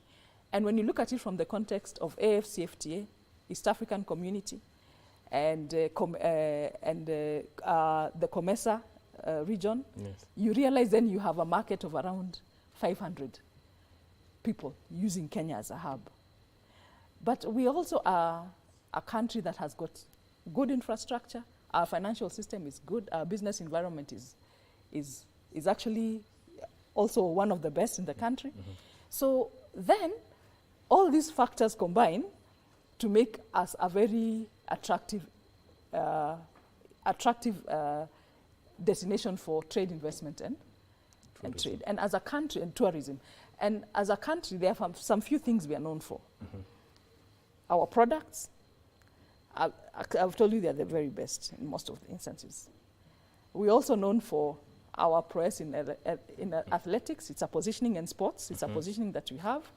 And the other one that we have is also with regards to our safari and Big Five. Yes. So there's a lot we can talk about that makes, first of all, positions the country. And after positioning it, the infrastructure, the advantages that you get so that you can be able to invest in trade, tourism, and investment. There are quite a number. It's actually, Kenya is a competitive one. We're actually a very good country to be with. Yes. Not to mention that in Nairobi we have the headquarters, we have an international headquarters of the UN. We have a national park. There are quite a number of things that can be used to position the country. Yes. For an entrepreneur or a small business owner who is watching you right now, maybe you could talk about the benefits of exporting to foreign markets to help them think wider. So there are actually quite a number of benefits. First of all, it's an issue of increasing your reach. You first of all had a market base of, let's say, in Kenya you have 50. If you decide to go to the international market, your market base is 50 million. That means the world is your oyster. Yes. That's number one. Then there's also the issue of being able to position yourself competitively. So it allows you to benchmark with the very best. And the kind of morale that you get after benchmarking and coming out to be among the top ones really is something that encourages you to invest more in the country. It encourages you to learn more about it and even become more innovative about the products that you want to undertake as you're continuing. So there's a lot that can be, that an MSME can gain from being an exporter. Yes. So also the aspect of leveraging on information. We are living in a world that is now connected by, let's say, social media. What is the importance of capitalizing on that aspect in as far as getting information on export is concerned? Information is key. Yes. Actually, one of the reasons why trade becomes such a difficult subject to delve in is the information asymmetry that is required. So you have a product, you don't know that there is a market for it urgently being needed somewhere else. But if you had that information, then you'd be able to bridge and go and access the market that is necessary. information as well about the standards that that market requires. It's also very important for you then to be able to understand that information before you package. If I'm going to a certain market, I need to understand what are the standards that are there. So I need to have that information. And I'm glad you've said that information has, it's now something with the connectivity of internet, something that you can be able to access. So what we do is that they're actually trade think tanks. They're actually equivalents of KPROBA across all countries, which you can be able to use the information in their portal to package yourself. And where there are gaps, as I said, there's always the trade advisory services at Kenya Export Promotion and Branding Agency that you can leverage on to get more information. Do you, as an agency, also use social media to reach people? Social media becomes a very important tool for communication, noticing that we also have a nation brand mandate, which really is about alignment of narrative. So you really have to be the one then pushing the narrative. So social media is something that we actually, as KPROBA, work on we have embraced and use it to push the narrative. We've even been able to do webinars when it needed to be. Interconnectivity, we've actually been able to push, and it's something that we value. Yes. Let's talk about, as we wind up, what is the future of Kenyan entrepreneur who wants to export? So that's a very good question. The future for a Kenyan entrepreneur who wants to export, first of all, the world is your oyster. You can sell anything. And that is why embracing e-commerce and the use of our e-portal. So we have been known for traditional products, but we are telling the Kenyan exporter, don't be confined to those traditional exporters. Produce something that has a niche, and then use e-commerce to push it forward. Yes.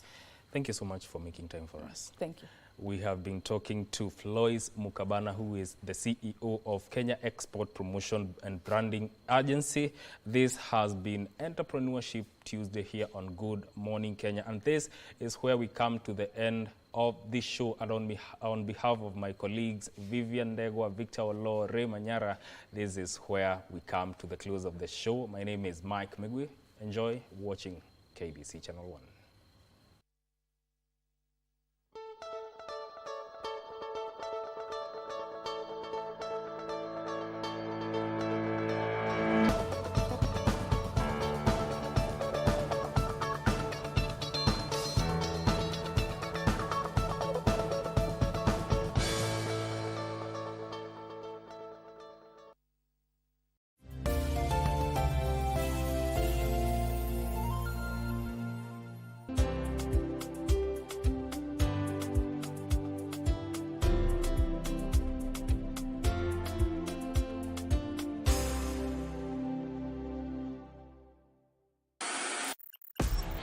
On KBC Channel 1, we are a TV station like no other. Get a taste of the best in entertainment. Yes, indeed. Feel the passion. Will you promise me? I swear that you will never lose me. I can't get married to you. I'm sure you knew about it. That's why you're making fun of me. Experience the drama. Get out. Who is the man in this one? And the laughter. Hii wigi umevaa kichwani. Sisi wakati tulikuwa tunaapishwa tunapewa mheshimiwa.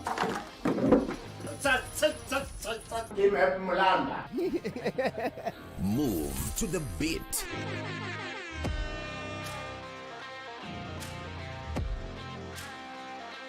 We are live from Broadcasting House. And get informed on the latest happenings.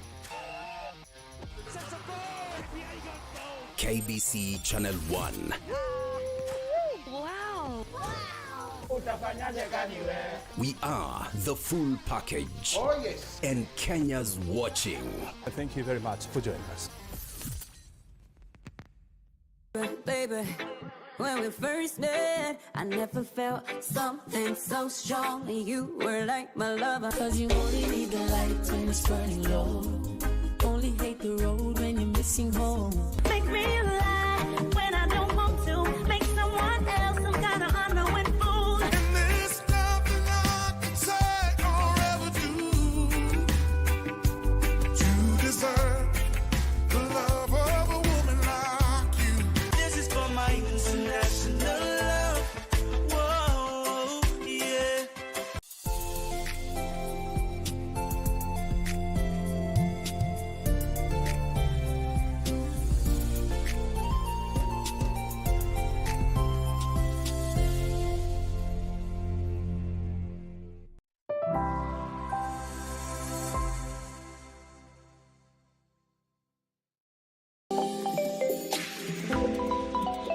Debongs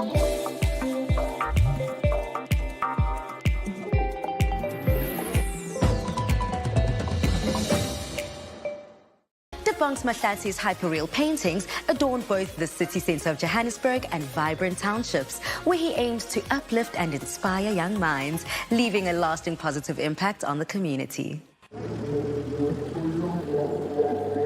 Free art, illuminating the streets and townships of Johannesburg. Street artist Debongs Mahlathi captivates hearts with his hyperreal murals. His representations of hope and peace are a common feature throughout the city.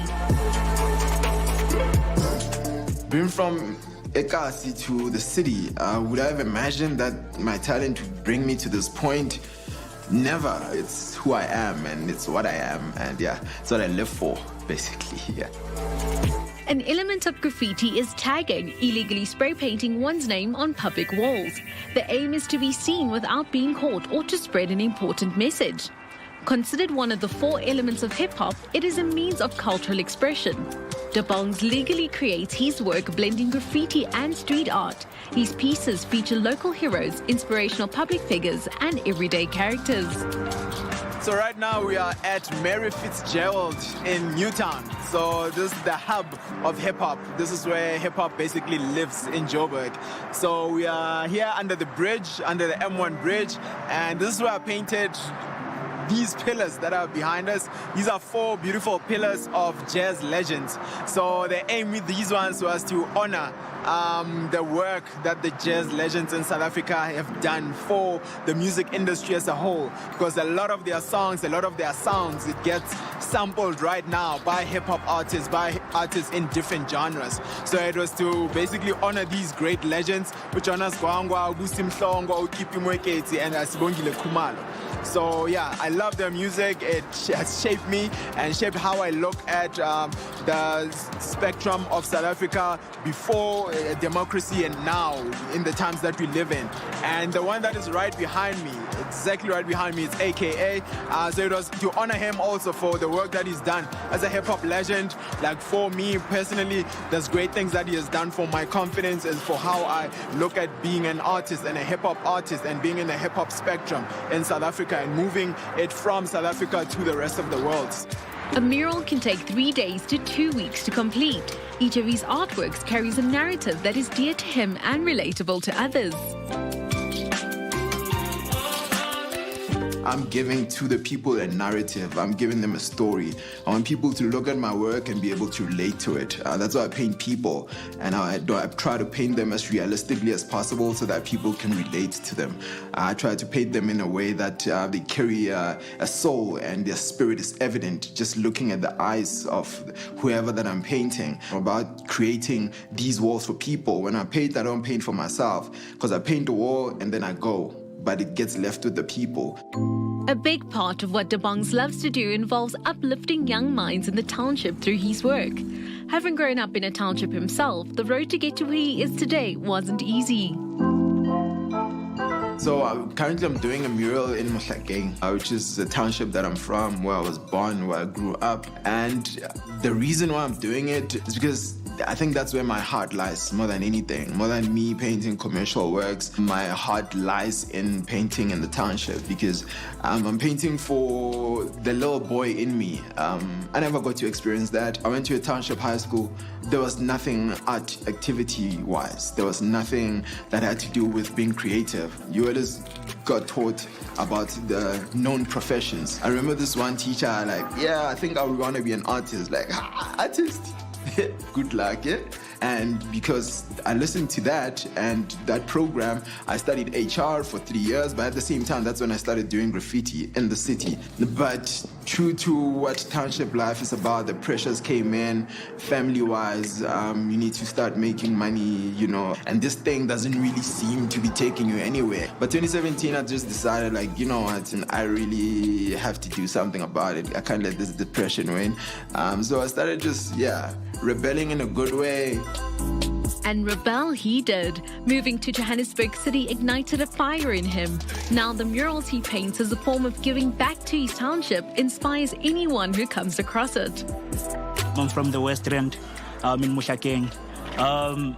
I love Debong's work because it inspires us positively here in the township. I mean, we get a lot of paintings from him. Drawings from him, like the drawing you see there at the back.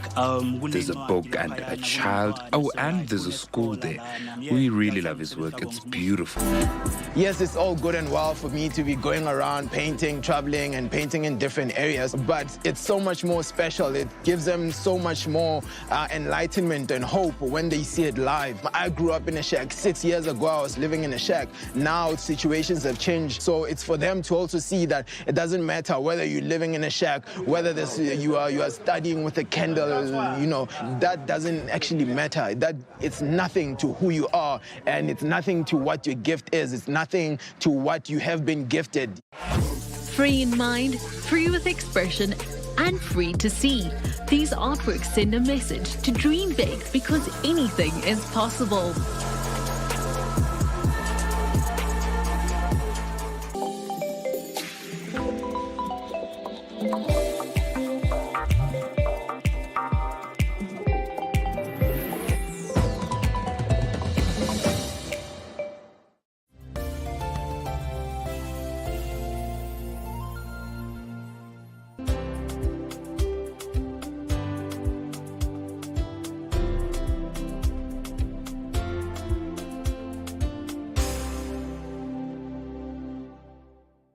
The king in the land of This February, precious moments with Channel 1 entail endless hours of warm sentiments. I really love you. Oh, Lord. Joy. Did you get the job, Letty? Romance. Oh, babe. Affection. Passion. Family. Who are those flowers for? Oh, I'm sure they're for Lucia. Fulfillment. Oh, this is so sweet. That's that. An array of programs specially selected for you to give you and your loved ones the cozy feeling of being at home. Impressive. Baby, let me tell you. The treat is on us. Are you serious? Just give us a chance. Make a date with KBC Channel 1 in the month of love for a heartwarming experience. You will love